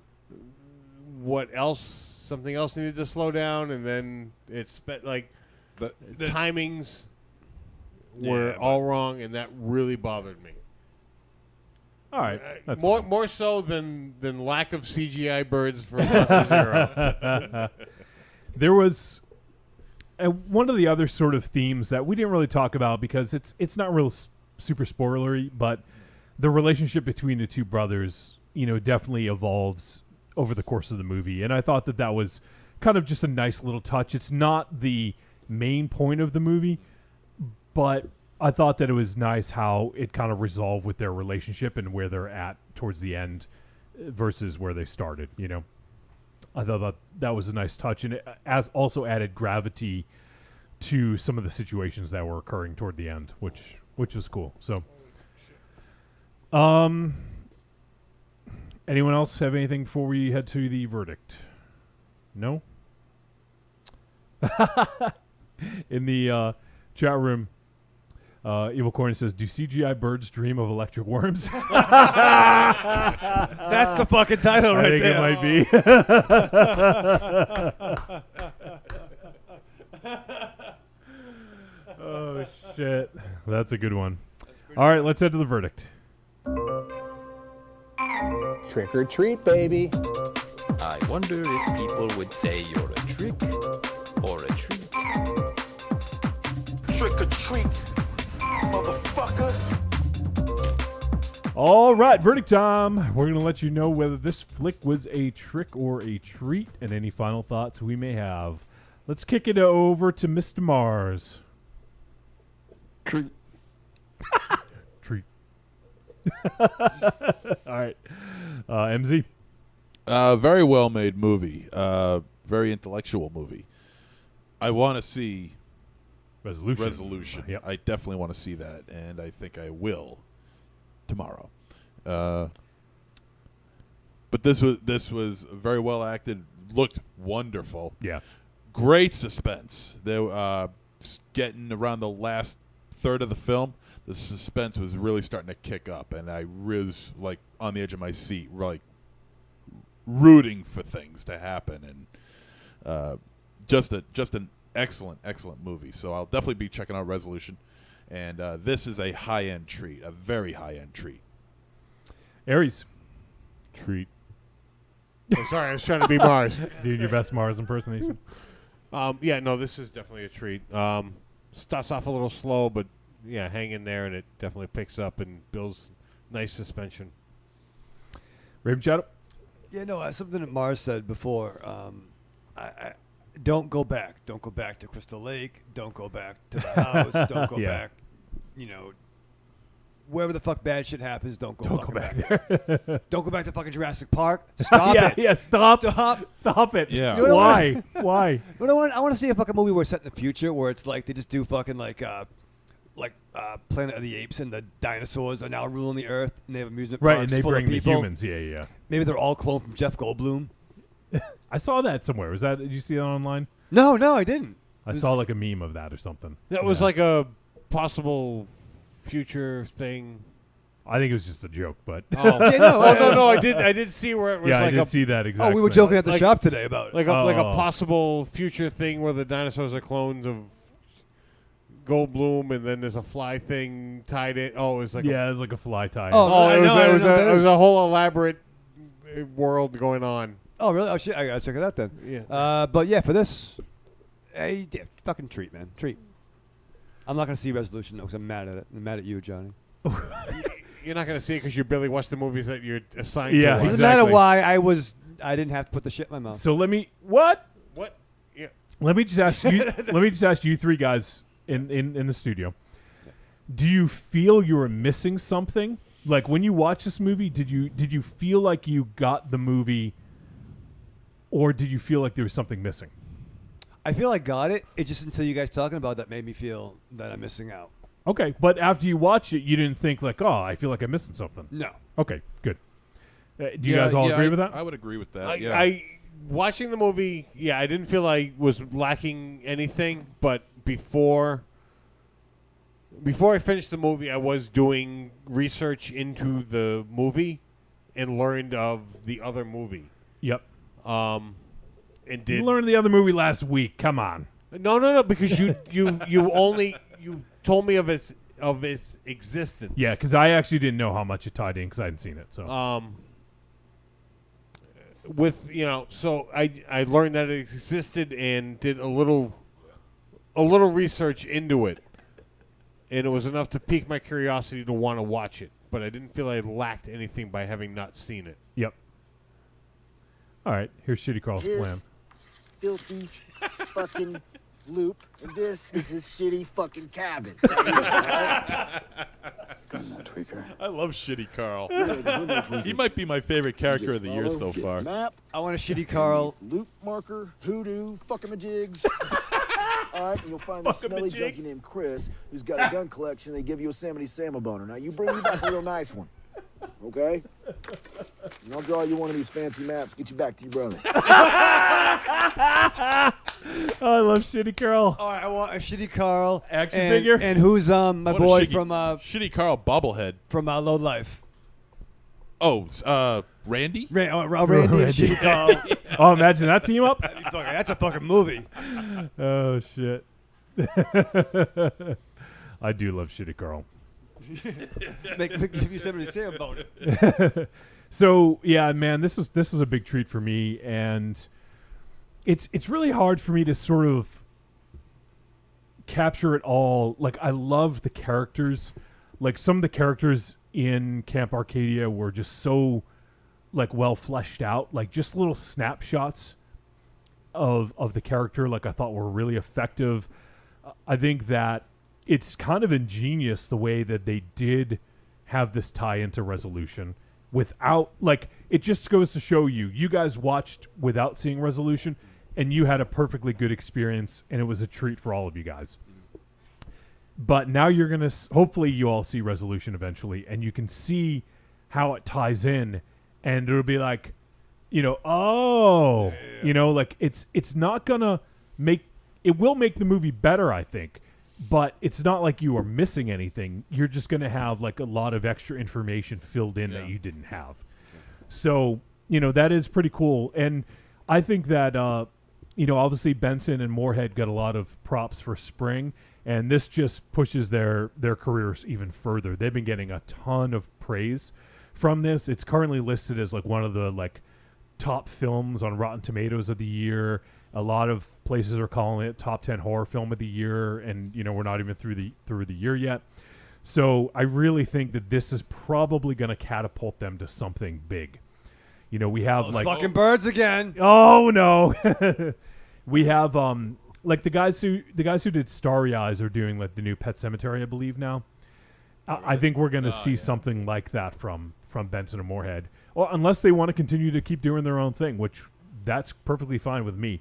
But I could see someone giving them a big property to take care of, because they clearly treat their own with a lot of care, and they're very careful to you know, to craft them in such a way that is very smart and intelligent and rewards the viewer for having, you know, paid attention and also seen their previous film. So and not seeing that, and I'm not seeing Resolution, but it seems like they're adept at world building too. Absolutely, yeah. You know and what I mean? Supposedly, I haven't really followed up since I saw The Endless, but apparently Spring also takes place within the same world. I enjoyed that one. And not that it has any direct correlation to what's going on, but that could exist in the same world, you know? No, I'm going to call bullshit right now. What? You enjoyed that one? Spring? Yeah. Yeah. What's it about? It's about it's like a love like a He Lovecraftian remembers, love story. Yeah. About two people, kind of like it's like the Ethan Hawke movies with a Lovecraftian twist. Before Sunrise? Yeah. Right, Johnny? Yeah, he's right. Yeah. See, how about that? Who's the goose now? Who's the goose? So no, I really love this movie, and I think this. I read the box art. This is so far has been a pretty good year, guys. Right? It's probably the best year for me since we've been doing this fucking show that I've actually enjoyed. Because Movies. movies like Low Life, you know, with this, I can't even remember. We got a bunch of other really, really strong contenders. So yeah. I think this will end up being on the end of the year list, unless something, you know, other films completely blow it away for me. But I really love this, and I'm really looking forward to what. Yeah, this year is shaping up to what it was like. What 2015, 14 or 15, I can't remember. Where we had like a lot hell of of good a ones. time.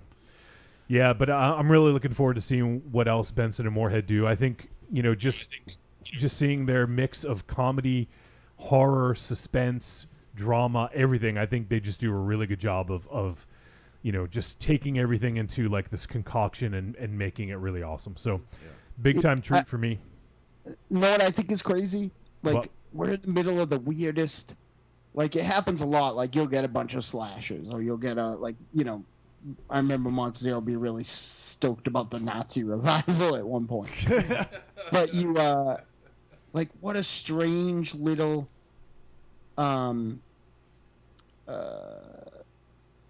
like, I've seen 3 movies this year that have the same weird plot contrivance, and I can't think of the last time I saw a movie that did that since a very famous comedy. And that's like a really weird thing. Like, of all the things to like all of a sudden have this big resurgence and have like 3 movies come out this year anyway that have that sort of I don't want to call it a plot contrivance, like plot point, I guess. It's really weird out of nowhere. Like, it's not like that big budget things where people are racing to get out. Like, we also have this year, looking at the list, I'm really looking forward to Summer of '84. That's the film directed by RKSS, the folks who did Turbo Kid. Oh, nice. And also Mandy, which we saw the trailer right before we watched before we started the show the new Panos Cosmatos movie, which looks fucking amazing. My God, that movie looks incredible. We had that on our list as of a month or two ago, but now that I've seen the trailer, I can't wait.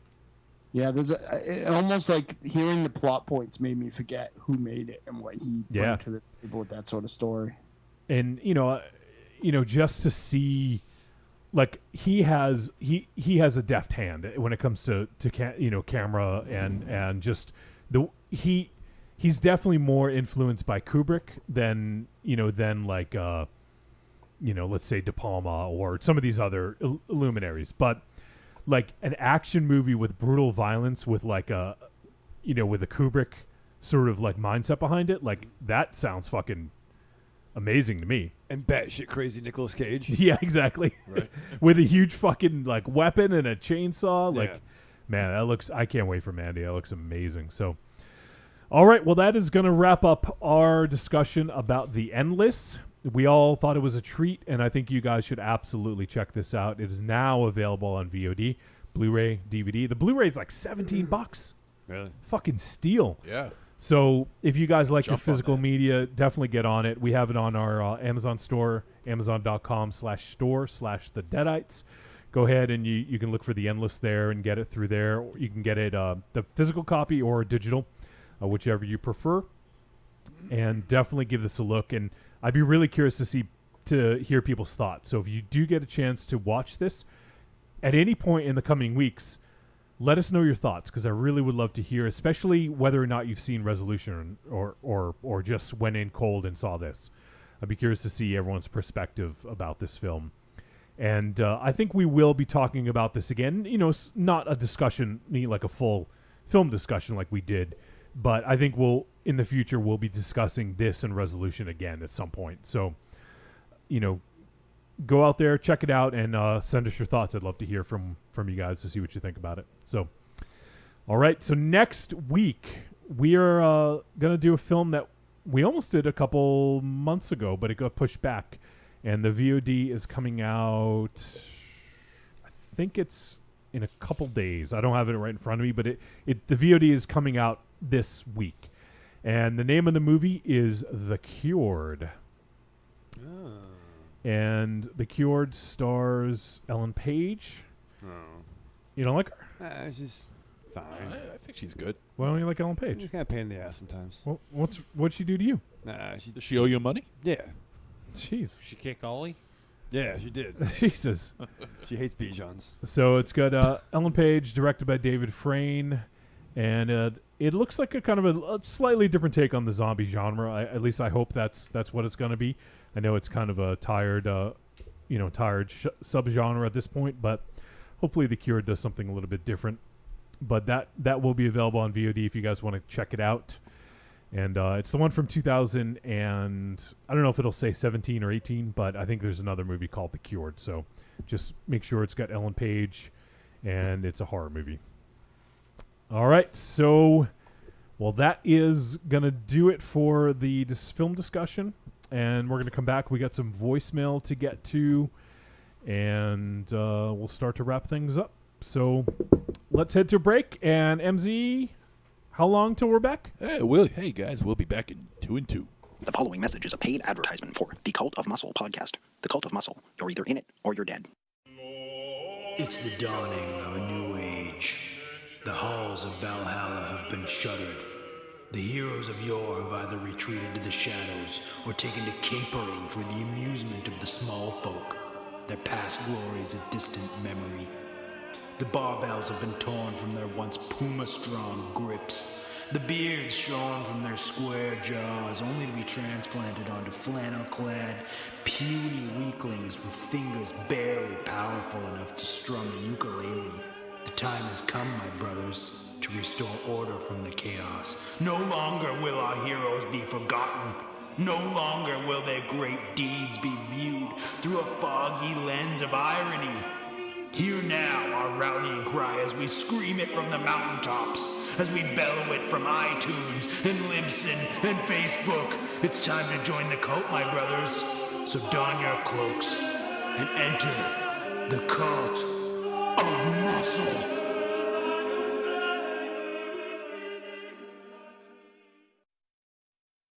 I'm Alex West. And I'm Andrea Subasati, and we're from the Faculty of Horror podcast. And you're listening to Trick or Treat Radio. Oh, delicious nerds. Ms. M knows you like to chat it up with other sexy shut-ins about comics, movies, video games, and your favorite TV shows. If that sounds like you, cuddle up to the Trick or Treat Radio Facebook group, or the FIB.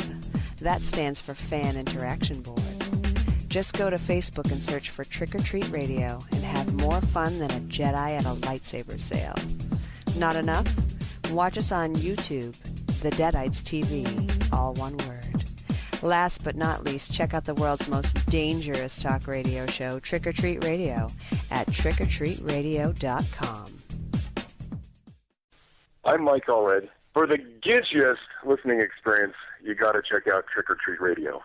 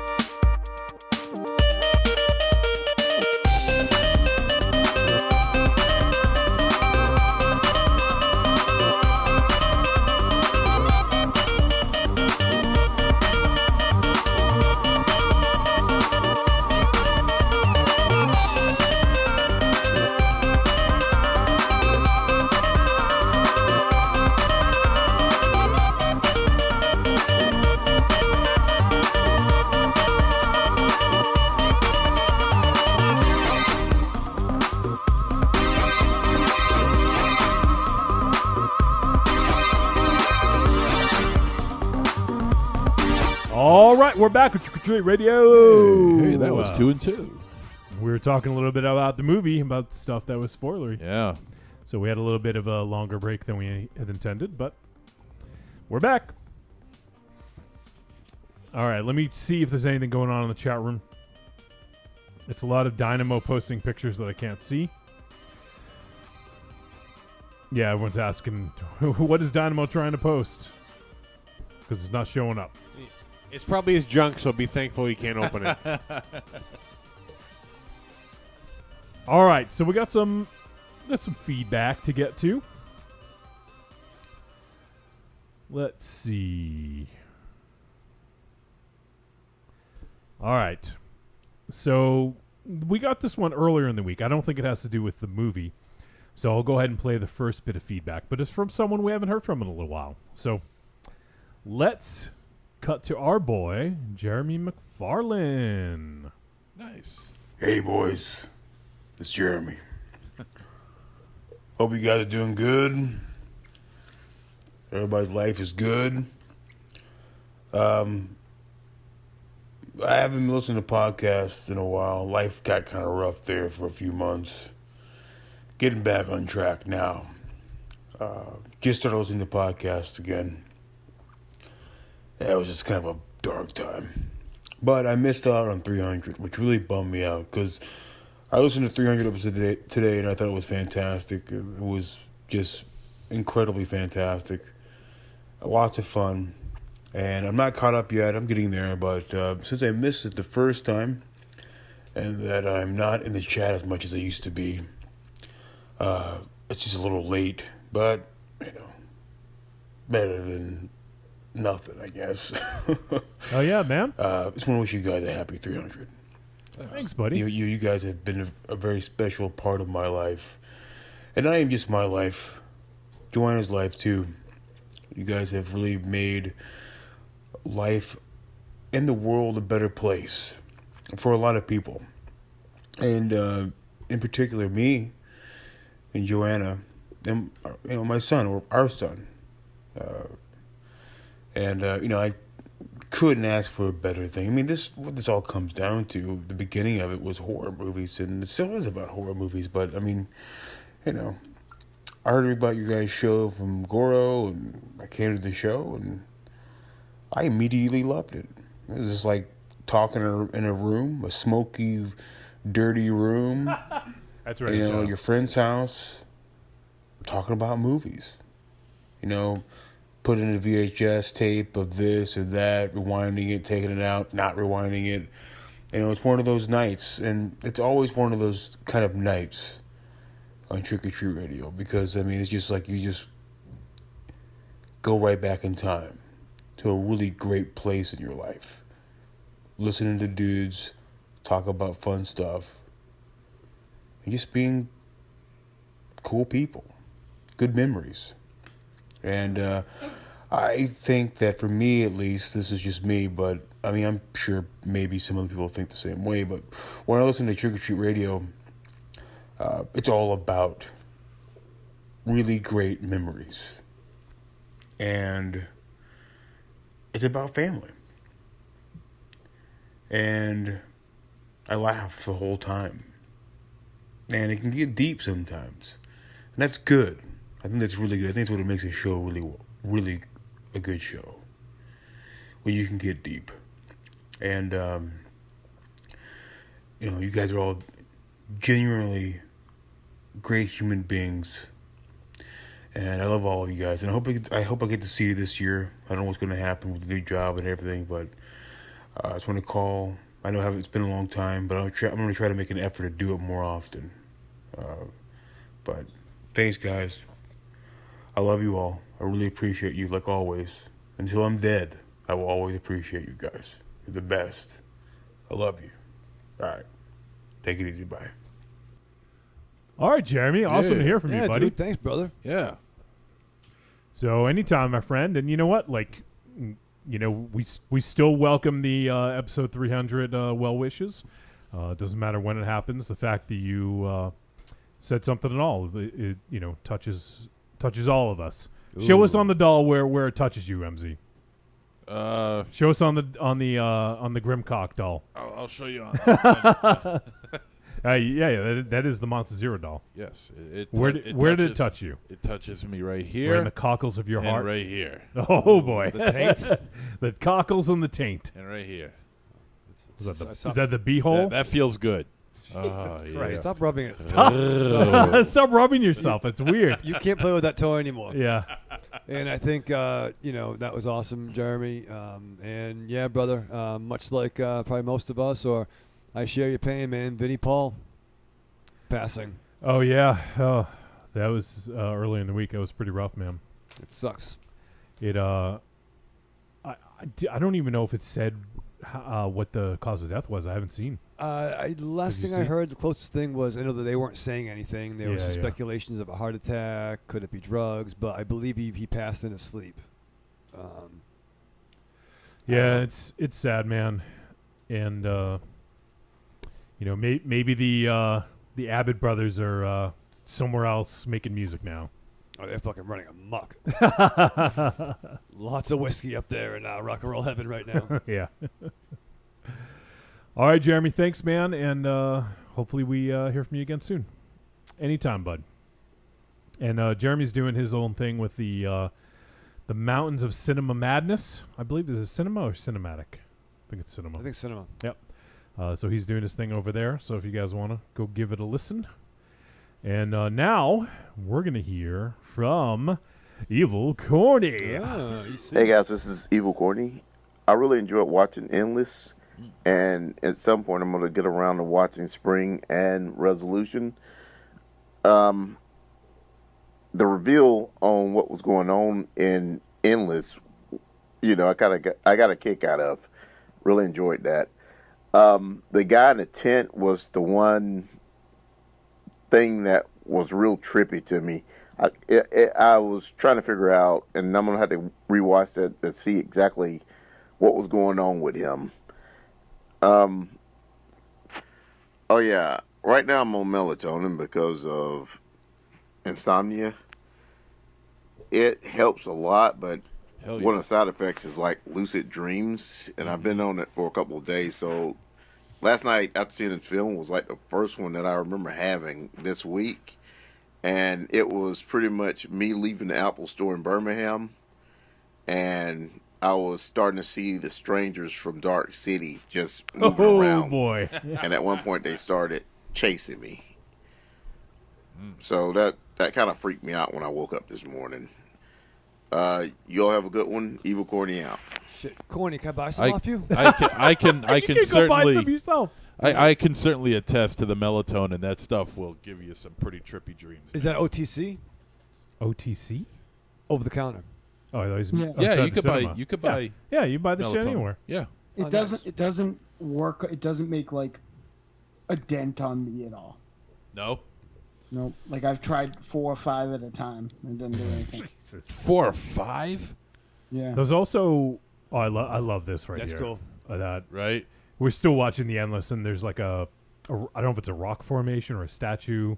Some sort of structure. Yeah, it looks fucking cool as hell. That definitely reminds me of like a Lovecraftian sort of image. I just want to throw out happy birthday, Corny. Oh yeah. I wanted to say that. Thanks for mentioning that, Rich. I wanted to say it toward the top of the show, but I unfortunately missed Corny's birthday because I typically haven't been going on social media very much over the weekend. And I think that's when it happened, but. June 23rd. It was the same day that Batman got on my nerves. Batman got my nerves. The Tim Burton Batman movie came out. Nice. Back in '89. We should. I think what we should all do, because he's always so fucking cool to all of Yeah. us. I think we should all pitch in and do something for Corny. I don't know what it is, but let's do something. Okay. Yeah. So let's get him some Z-Quil. we'll get him some more melatonin. No Ambien. That's bad for you. I'm gonna take a tasteful nude right now for him. No, that's not. That's not Yeah, what he we likes want. that. No. He likes that. That's no. So happy birthday, happy birthday, Corny. Happy birthday. Happy birthday, Corny. Happy birthday for Corny. He's big in the pants. From what I hear. It's not a fucking Just because of the color of his skin? No, it's what I heard. Where'd you hear that? Mars. How does Mars know? He fucking knows. I call him Coccolossus. See? Yeah. Why do you call him that? It's not a penis. It's a battle station. That's not a penis. That's a battle station. That's no moon. I don't want to let you know. We're being but, pulled into its tractor beam. Yeah, I don't want to say anything. I don't want to talk. Incriminating? But nobody asked what I was having nightmares about. Yeah. Oh. It's like Uncle Milty, Bert Ward, and Corny. Uncle Milty. And Milty. Yeah. Yeah. Hey, listen, I'm not gonna say Cornelius's cock is big, but Ice Cube showed up and lit it on fire and called it bitch. Save Jennifer Lopez's life. I think what a beautiful birthday sentiment to leave on. That's pretty good. Yes. So thanks for calling in, Corny. Let's hear from. Better big friends to blow it out. What? I don't know. Let's hear from Dynamo's son, Pabst. Hey guys, it's Paps calling in this week. It's been a while. First off, I wanted to say thank you guys for all the birthday well wishes and all that stuff. I had a really great one. I actually went and saw Hereditary on my birthday, and I'm not going to say any spoilers about it, other than the fact that I fucking loved that movie. That was probably one of the best horror movies I've seen in years. In terms of personal favorites, definitely since The Witch. I thought it was super well executed, visually fucking stunning. It had some great jump scares. It had some really creepy, disturbing shit. Parts of it reminded me, not necessarily in the way that it looked, but in the way that it left me feeling, the whole new French extremity movement, it just left me with that fucking soul-crushing hopelessness, you know? Yeah, so I am really anticipating you guys talking about that one. But in terms of this week's movie, I just watched The Endless last night. Went through a fucking ordeal to get it to finally stream. But I watched it. It was awesome. I loved it. I was a big fan of Spring back when I saw that a couple years ago. So I was definitely looking forward to this one. I have not seen Resolution, I think, is their first movie. But, you know, despite not having seen that, I was able to follow this one, you know, fairly well. Parts of it were kind of convoluted and all over the fucking place, but I thought it was awesome. I thought it looked pretty good. And I definitely enjoyed it. I mean, I'm a big sucker for, you know, crazy death cults and shit, so that was right up my alley. I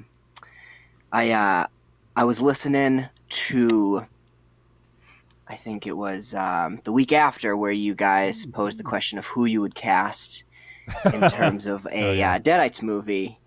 And I got to say, Raven Shadow was pretty spot on, except for Mars's. Come on!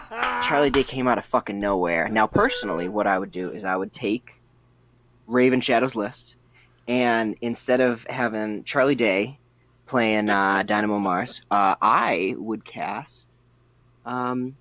God damn it. I'm drawing a blank right now. John Malkovich. I think that he would do a fantastic Mars. I think, you know, in terms of going on like Mars type of rants, I think he'd do awesome. And yeah, so that's my past thoughts and shit. So I hope you guys have a great week. I'm looking forward to listening this week. It's been a couple weeks since I've been able to tune in, but I will be able to tonight. So have a good one and peace. Thanks. I'll take it. Yeah, thanks, Pabst. Yeah. Okay, quickly refresh everyone's memory. What was your other castings? My casting for the Trick or Treat Radio movie. You weren't here. No. And you didn't listen. No, of course not. No. So I cast for Johnny Wolfenstein. I cast Kit Harington. He's Jon Snow from Game of Thrones. I'll take it. For your boy, I did Adam Driver, Kylo Ren for Michael Ravenshadow. Okay, I could see that. For Ares, I cast, I don't know his name, but he was on Parks and Recreation. Oh, Nick Offerman. Nick Offerman, yeah. Nick Offerman. For you, I picked, I almost said Ron Goldman. No, Ron Perlman. Ron Goldman. Ron Perlman. Yeah, that was a good one. That was pretty good.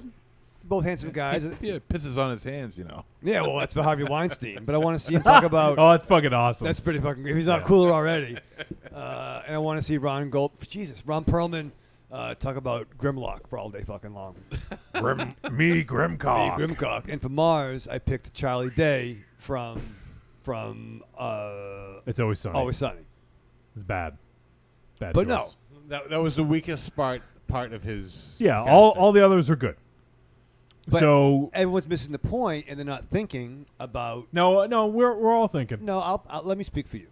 But he has no physical earnest at all. He doesn't look like Mars at all. Like, Charlie Day doesn't look like he could kick one single person's ass. He could get bulk up. It meant that he's like Robert De Niro. I'm not saying I'm Arnold Schwarzenegger or like Ken Shamrock or anything like that, but like I feel like, you know, I look like I could kick some people's ass. That Not would a even lot be of- a stretch, like if you were casting 20 years ago. Yeah. Like, that would still be a around, stretch. No, he's around. I think we're around the same age. Yeah, but what I'm saying is that like he's also like he's like 2 inches shorter than me. All right, we've had this discussion. We don't need to do this again. Just sit in a chair though. You do sit in a chair though. Wow. I have hair. He has hair. You don't have Actually, hair don't, anymore. Yeah. That was my Can we quote. just go? So one thing I did want to mention, I don't want to talk about the movie necessarily, but I did get a chance to see Hereditary as well this week, and I liked it. I don't think I liked it as much as everyone else did. There's a lot to like about it, and it's cool to see a film like that in theaters doing well. But it wasn't like I think I might have liked The Endless better. Yeah, I agree.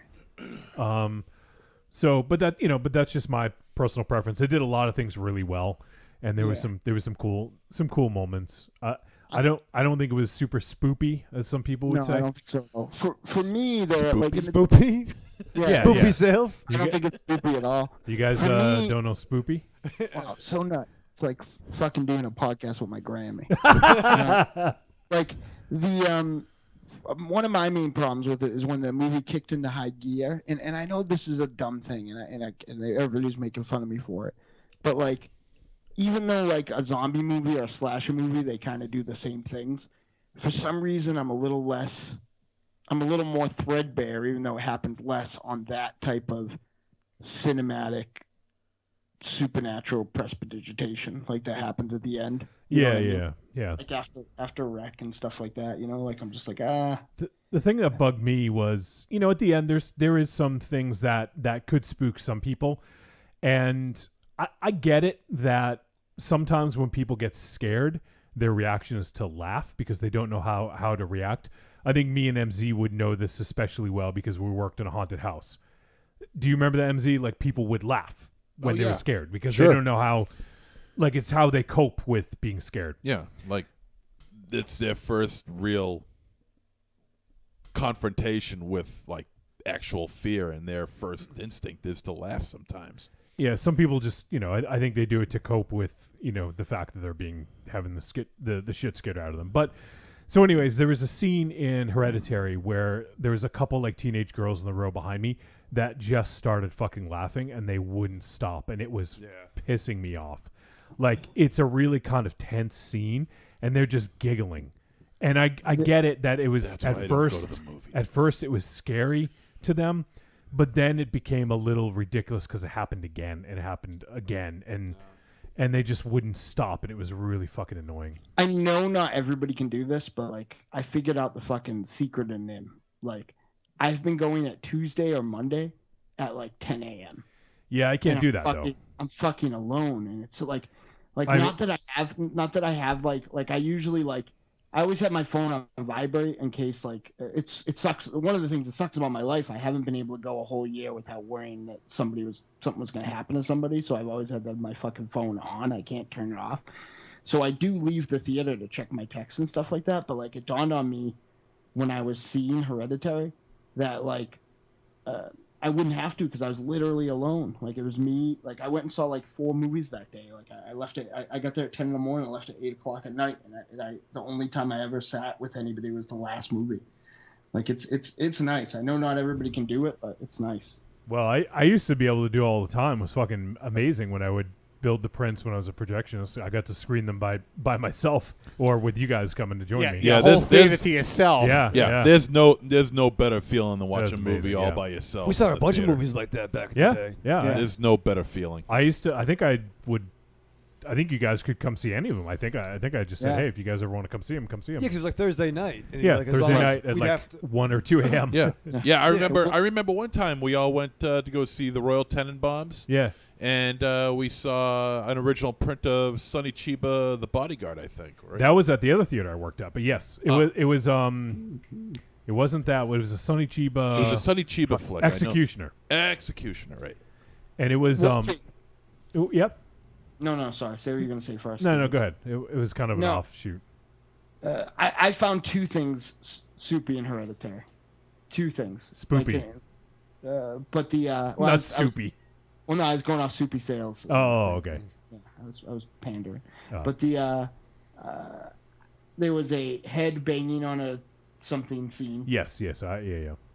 But the thing that has been bothering me since I saw it was the scene with somebody just out of like literally like it was probably done in like some sort of natural light. Like, they did a very subtle version of what they did with Michael Myers in Halloween 1, where they just changed the light a little bit so it was like your eyes adjusted. And somebody was just like over the wrong side of a threshold, and you could see somebody standing there. Like, that was fucking. It scared me a little, and like I don't know. I think about it. Well, that kind of feeds into your phobia from last week, right? Things being kind of out of place where they shouldn't be. Yeah, I mean, there's never a good place to have a chubby, half-dressed, smiling man. Right? Like, trust me, even though I am one most of. But but that was bothersome. But I feel like and I understand why they like. I don't know, like it's one of those things like careful what you wish for, because in theory, Hereditary was what I've been asking for. Like I want that slow build horror movie where like you actually get to come, right? Like you work to. You work to like you fucking jack it the whole time, and then and like the witch and stuff like that, you're like just still kind of sitting there with a boner, you know, and maybe but like in this, like you get there, but like I just feel like some of it was like it went from fucking one kind of movie to like Blumhouse in like one like jump, you know. So not that Blumhouse is a dirty word, but you know it definitely has a certain type of aesthetic. Yeah, and I don't know if it's one that we're gonna talk about. I'm not quite sure. We'll see what it looks like when it comes out. But yeah, I don't know. I think some of these guys would actually hate the movie, to be honest. Oh. I've been wanting. I would like to. I want to see it. So Gabriel burned it. So we'll see. We'll see. All right. So we have one more voicemail, and that would be from Mars's one of Mars's boyfriends. Oh. Nathan Cotton Coy Vance Duke. Oh, I love him. Hey, boys. This is Cody. I wanted to drop you on and say hello real quickly. Cody! And just ask a quick question. So last week you watched Taste of Phobia. Yeah. Or something. And you didn't care for it, I don't think. Said it was one of the worst movies y'all have ever reviewed. Earlier in the year, you all watched Day of the Dead, Bloodline. Oh, yeah. And a few of you said, I think, that you doubted you'd see another movie this year worse than that. Mm-hmm. Just re-listening to that one today. And I wonder, I have no idea how vivid your memory of that one is, probably not very, but how those two would stack up.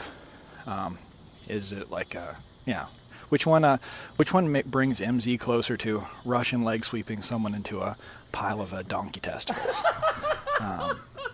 Only question there. Secondly, I am re-listening to a lot of episodes. That's because my wife and I are moving to North Kakalaki from Texas. It will be a long drive. We're driving the whole way. I will be in a U-Haul by myself, and I will be listening largely to back episodes of Trigger Treat Radio. Nice. We're sorry. So thank you ahead of time for all of that listening pleasure, and I look forward to hearing this most recent episode. That's what I'll be leading with. So y'all have a good show. Talk to you again soon. Bye. Nice. All right, Nathan Coy Vance Duke. Thanks, buddy. Always a pleasure to hear from you. Yeah, and awesome. He jumped like 5-10 minutes ahead. What? He should maybe jump like 10 minutes ahead in this episode. To the end? No, like 10 minutes just to the head, to like sitcom talk. Might be like 45 minutes. You mean it's like 30 to 40 minutes. It'll be a little road trip with the Trick or Treat Radio gang. Well, the cool thing is Cody's going to be closer. I was thinking that. North Kakalaki, and that's where Professor J is. I don't know where in North Kakalaki he is, but that's a real place. Kakalaki? Who knows that? Yeah, it's the tall one on Supernatural. Jared Kakalaki. Yeah, can we go now? Please. When Aries is letting me down, I feel like we've gone too far. North Kakalaki. Am I? North Carolina. All right, Aries, is that better? That's a little better. I don't know all this hip new lingo. Spoopy, North Kakalaki. Spoopy's not a word. Yeah, it is. I think that's where the girl that most of the Deadite songs just everybody likes is about. So. What? Spoopy. Spoopy is? I think North Carolina. I think that's North Carolina. You just changed it. Let's get Carolaki.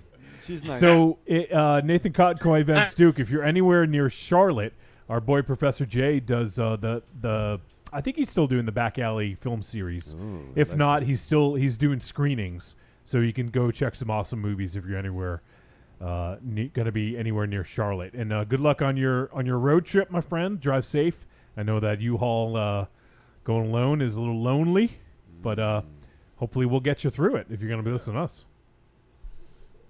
I want to have him on the show so fucking bad. Yeah. Well, to answer his question, do we like the Day of the Dead remake? Yeah. I think that I don't know. I think the Day of the Dead. I actually think the Day of the Dead remake was less offensive. I mean, it's two different I movies. think A Taste of Phobia was a little bit better because it's all separate stories, and there were a couple of stories in there that were actually decent. I don't. Day of the Dead Day Bloodline of the was Dead. a complete travesty. But I will say that the effects in Day of the Dead were better. Way better. Did I hate Day of the Dead? Like, Yeah. like I feel like I was just indifferent to it. Well, I think you were more indifferent than hate. I didn't think you hated it. I think as Nathan pointed out, that was the episode where MZ said he wanted to Russian leg sweep it into a pile of donkey nuts. Was that the one? Which I want to see that. You know how he is with remakes, though. It could have been fucking awesome, and he would have said the same I don't thing. care. I just want to see him try to Russian leg sweep anything. Yeah. My Russian leg sweeping days are over. It was pretty good, though. That was one of the moves you did pretty okay, though, I thought. But I think that I A Taste of Phobia, I can't tell you how many times I tried to fucking watch it, but I don't remember, I don't remember a single thing about that movie. Well, you didn't watch it all. No, I think I watched it. I think I did. I went back and watched some of it the other day. Why would you do that? After the episode aired? Because you said I didn't watch it all the way. And I was like, Who I couldn't cares? just- Yeah, it's done. After it's it aired, over and who done. cares? No, 'cause then it sucks in his craw. That's why. You think Raven Shadow ever went back and watched the movies we call him out on? Yeah, well, no, but I mean, I really wasn't sure. Like, the difference was he was telling the truth. He was fibbing, and I wasn't positive. It was fucking painful. Like, it was probably. I think it was the worst movie that we've ever done by a stretch. I don't know. I think that other Ghost. What was it called? Ghost House or? Yeah, but the one here's that my Dr. weakness. Joey Tron recommended. I remember parts of that. I don't remember that one. What was that one? I don't think you were here. Oh, okay. This isn't this year. Oh no, the ghost one was from a long time ago. Was that a work? Did he do that on purpose? Yeah. All right. I remember like the guy choking on the bottle cap, and I remember. It wasn't Ghost House. What was it called? Ghost Lake, maybe. Ghost Lake, I think. No, I don't think it was Ghost I Lake. remember this. Someone punching into the phone. Yeah, Ghost Balls. Ghost Yeah. Balls. But the Ghost Tron- House. No, Ghost House is a pretty good movie. I wasn't even fucking here. But yeah, I don't remember a fucking single thing about that except for the guy that's on the cover of the thumbnail, and I don't remember the context that he was in of this fucking Taste of Phobia movie. There was a Ghost House from last year. No, it was like from like the late 2000s or early 2010, something like that. I don't remember. It'd be hard to. Was it called Ghosted? No. It was like a team. It was like a Team Ape movie, but with no teen ape. I'll just do a search for Dr. Joey Tron, see if we can pull it up all the episodes with him. I mean, let's put it this way. I remember there was one thing I liked about Day of the Dead Bloodline. I can't say that about Taste of Phobia. I mean, No, I like some of the shorts on Taste Phobia. If I had to watch one of those two movies again, I would watch Day of the Dead. Me too. Because as much like cliche, boring, Walking Dead zombie stuff that was, like they did have the cool element, like the cool 15 minutes where it turned into a slasher movie for a little bit. I thought that was pretty cool. Like, I don't know. I know this is blasphemous, but I think that like I love Day of the Dead.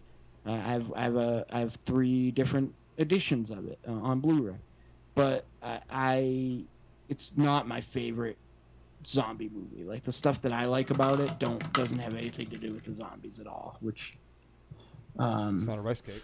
You dropped your 2-liter. No, I have it's a weird coffee cup. Like a battery pack. I don't know what else to call it. It looks like a cigarette lighter almost. And I unplugged it from my phone and it fell. Not that anybody cares. What am I fucking talking A about? battery pack sounds like an empty 2-liter. No, it hit the half full Dr. Pepper. Jesus. But, yeah, I think by a lot. Like, I don't even think it's a contest. Like, I think that with the exception of maybe Kusa. And see, the thing is, I get props to a movie like Kuso because it tried to do something different. Like I can get with that, but Tasteophobia was just lazy.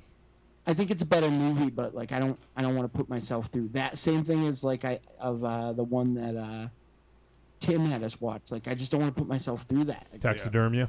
Yeah, you know what I mean. Like I don't. There was like, parts of that I did like.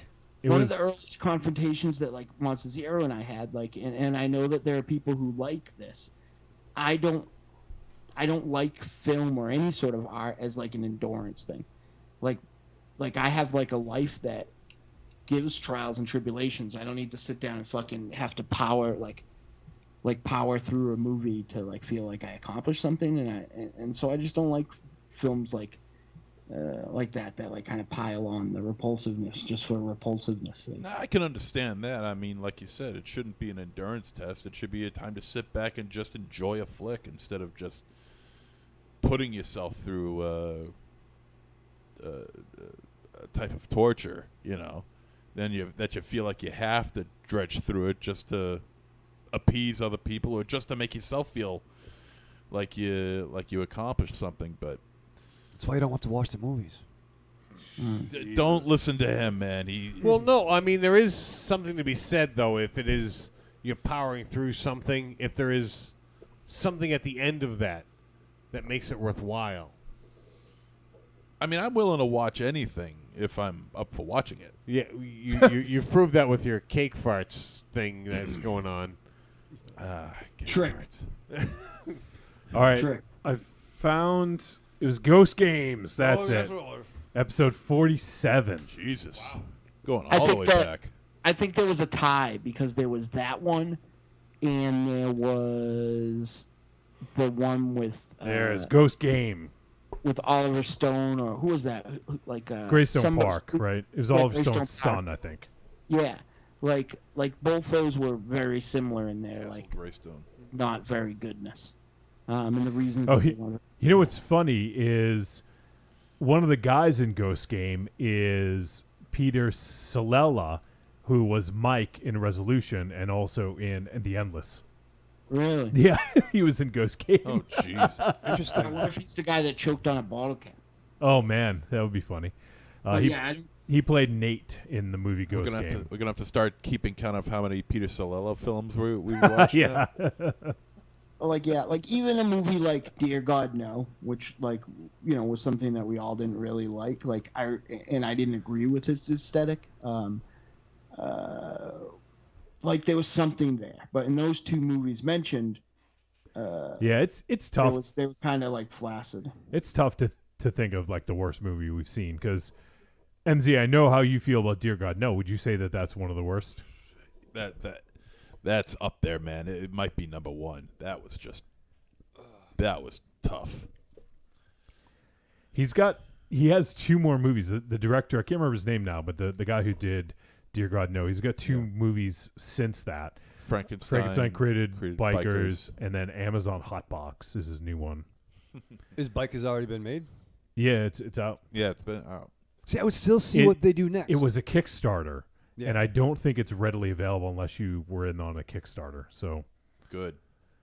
So because I just I've been looking to see if it popped up on VOD or anything like that, and I haven't seen it yet. So I don't know because I just thought it'd be fun to revisit one of his movies, and because he clearly has the same sensibilities that we do in terms of it's occult cinema. It's got a lot of the exploitation stuff, and I wouldn't say it's exactly like us, but my excitement for that before, when I just had seen elements of it and stuff like that, was not dissimilar to Mandy.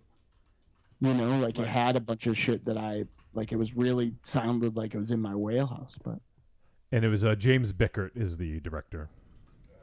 So, I mean, we'll see. Maybe we'll check out one of his other ones. If we ever do Frankenstein Created Bikers, we have to have Kevin Hornsby on because he liked Dear God No, and remember we had that conversation. Just have him on anyway. I like that guy too.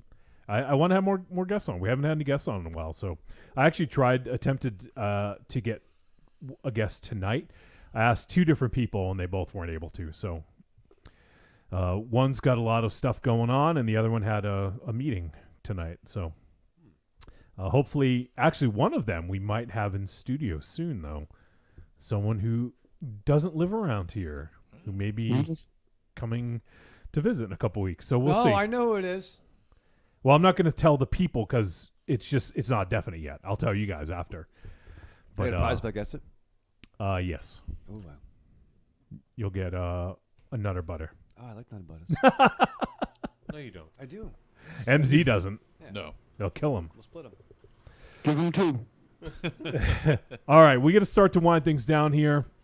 So let me see. We got all the feedback. In terms of tweets, I know that we got in one of those like big, follow Friday type deals where...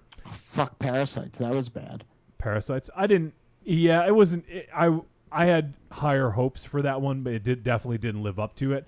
But for me, that's not in the same conversation as some of the others. Not definitely... Actually, I don't know. Maybe... There was some things I liked about it, but overall it was pretty bad. Some dude got killed by getting hit with a rake. That's all I'm saying. He raked his back. He's back.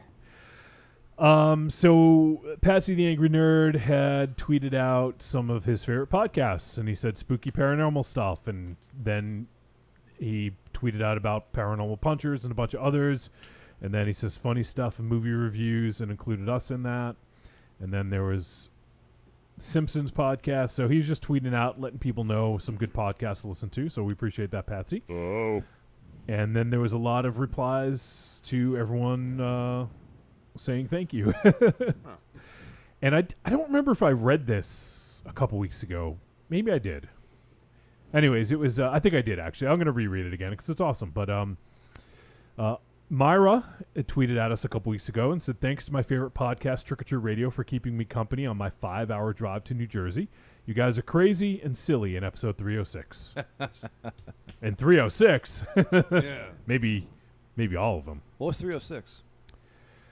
Well, Raven Shadow, let me look. How about that? How about that? Episode 306 was Cold Skin. What did we talk about there? Oh, that was Toxic Fandom. That was the big... Oh, yeah. Mouse was... Oh, yeah, where Mars went ape shit. Yeah. Could you be any more vague? It's fucking Charlie Day style. Charlie Day. About a 5-hour trip, I accidentally made it probably a 7-hour trip because we were on the phone at one point and she missed her exit. Wow, what a dick. It wasn't my fault. She called me. You were talking her ear off. No, it wasn't even probably. There's a lot of... Today was a bad day. There's a lot of bullshit going on in the fucking world today. Today? Yeah. Every day that ends in day? No, well, especially today. But today and yesterday, I don't know. Well, what they're all happened today? fucking bleeding in. I don't want to talk about it because it'll... Yeah, let's just... You started talking about it. Yeah, but we're like nearing the end here. Yeah, so. we already started off this episode on a down note. Yeah, no, we're going to end it on a high end note. it on Sandwich a it with a down note. I'm sorry. Down Mr. note. Let me Wanna speak. go where the let me down speak, notes go? Let me speak for Aries. Let me speak for Aries. Down note, as in serious. Yes. Is what Yes. he means. Yeah. So we started off down. Now we need to end up. You got some up? I got nothing. You up. doing up as ma? Contracted phase 2. I did take a little blue pill so I can show you my up if you want. Raven Chow, you seen Requiem for a Dream, right? Oh, yeah. It's a I love comedies. uplifting movie. I'm going to watch that tonight. You taking up as ma? Yeah. Yeah, that's how I'm fucking... You gonna watch that tonight? Yeah, I'll fucking hang myself. I need fucking... I gotta watch fucking like Care Bears or something, dude. Watch Kid Video. I'm gonna watch Kid Video. There you go. There's one for you. If that don't put a smile on your face, All nothing right. will. So That's the fucking worst. So we're gonna start to wrap things up here. And what? I'm trying to find movies that are worse than Tasteophobia. I think I found one. What? Oh, The Nightmare. Oh, I fucking hate that movie. Yeah, what about Felt? No. Night Nightmare. of Nightmare was- Something Strange. That was pretty bad. Nightmare might be my Shudder least. keeps playing the shit out of that movie. Night of Something Strange? Yeah. Really? Yeah. That's weird. They're Was this the going one nuts about on that movie. the brothel or the sex cabin or something? The what? Good one. What movie? Night of Something Strange? Yeah. The sexy speakeasy? No, that was the one with The rape zombie. yeah, the rape zombie. I don't remember that. Did they rape a zombie or No, did the they- zombie kept raping people. Yeah. That's a bad That zombie. was The night at horrible. the sexy speakeasy. Yep. You're thinking of Bordello of Blood. No. I thought it was like a. I don't fucking know. That's obvious. You're We're not trying the, to help you out. Yeah, you're not the yeah. one to talk about movies. All right, we got to wrap things up. So, by the way, I meant to mention this in the intro and I totally forgot. But MZ joined me on the latest episode of the Outside Corner Fantasy Baseball podcast. Look at you. Or someone going that off the air. or someone that sounded like him. He said his name was Cruisin' Kyle Kofefe. Yeah. Kofefe? But that was Kofefe. yeah, that was fun, MZ. I'm glad you could join. Well, thank you. I might need you again soon. I'll come on anytime. Yeah, but you're not in the league, so it's not as, I can pretend they don't know. That's true. You probably could. You could probably do a better job of talking about it than some of the other people. Right. So if you guys want to check out the episode that MZ joined me on, let me see. I think it was episode 14. It was, yeah. So season 3, episode 14, Hunter Strickland's Strict Training Regimen is the name of the episode. So if you guys want to hear MZ and I talk about fantasy baseball in a ridiculous manner, go check out that episode. All right, let's say our goodbyes, MZ. Arrivederci, douchebags. Aries. Goodbye. Raven Cheddar. Live fast, love hard, die with your mask on. And Mars Man. Leprechaun Origins, that was a bad one too. Yeah. Wherever you go, there you are. All right, everyone. Thank you for tuning in to episode 309 of Trick or Treat Radio. And next week for episode 310, we're going to be talking about The Cured. I don't know. Maybe we'll try to see if we can get another guest again next week. Who knows? One of these days, we'll get someone else. Maybe someone want to hang out with us. No, seriously. And by the way, just as a point of clarity, the show will be happening on the 4th of July. So, we're not moving it. It's going to be Wednesday night, July 4th. Same time, same Trick or Treat Radio place, 9 p.m. Eastern Standard Time-ish. And we'll be here. Aries, unfortunately, will not be with us because why aren't you going to be with us, Aries? I have to work. He has like a money. He has like a 48-hour shift. Yeah, it sucks. He's got snow to shovel. There's more to my job than moving snow. He's got shit to shovel. So Aries will not be with us next week. So maybe we will try. It'll be the 4th. So maybe we will try to get someone else. That'll be fun. Yeah. So, all right. Well, that's going to do it. Thanks to everyone who left us feedback. We love hearing from you guys. And if you guys get a chance to check out the Endless this week, leave us a review next week. Be good to hear from you guys. And are there any horror movies that take place on the 4th of July that you guys can think of? Yes. Born Return of the Living Dead. Is there a lot? Return of the Living Dead. Is there a lot? Oh, I don't know. I don't think so. Doesn't the Prowler take place on the 4th of July? Or is that like... I just watched The Prowler over the weekend. I don't remember. I think so. Well, yeah, I don't know. So. I don't think we have enough there to talk about our favorite 4th of July horror movies because I think everyone will say Return of the Living Dead. Born on the 4th of July? Born on the 4th of July, yeah. That's what Aries said, yeah. So still send us in your endless reviews, your resolution reviews, and whatever else you guys want to talk about for next week. And maybe we'll plan another segment, especially if we have a guest. Maybe we'll try to plan another segment. Yeah. So, that's going to do it. And we'll see you guys next week on the 4th of July. If you guys want to tune in live, we'll see you then.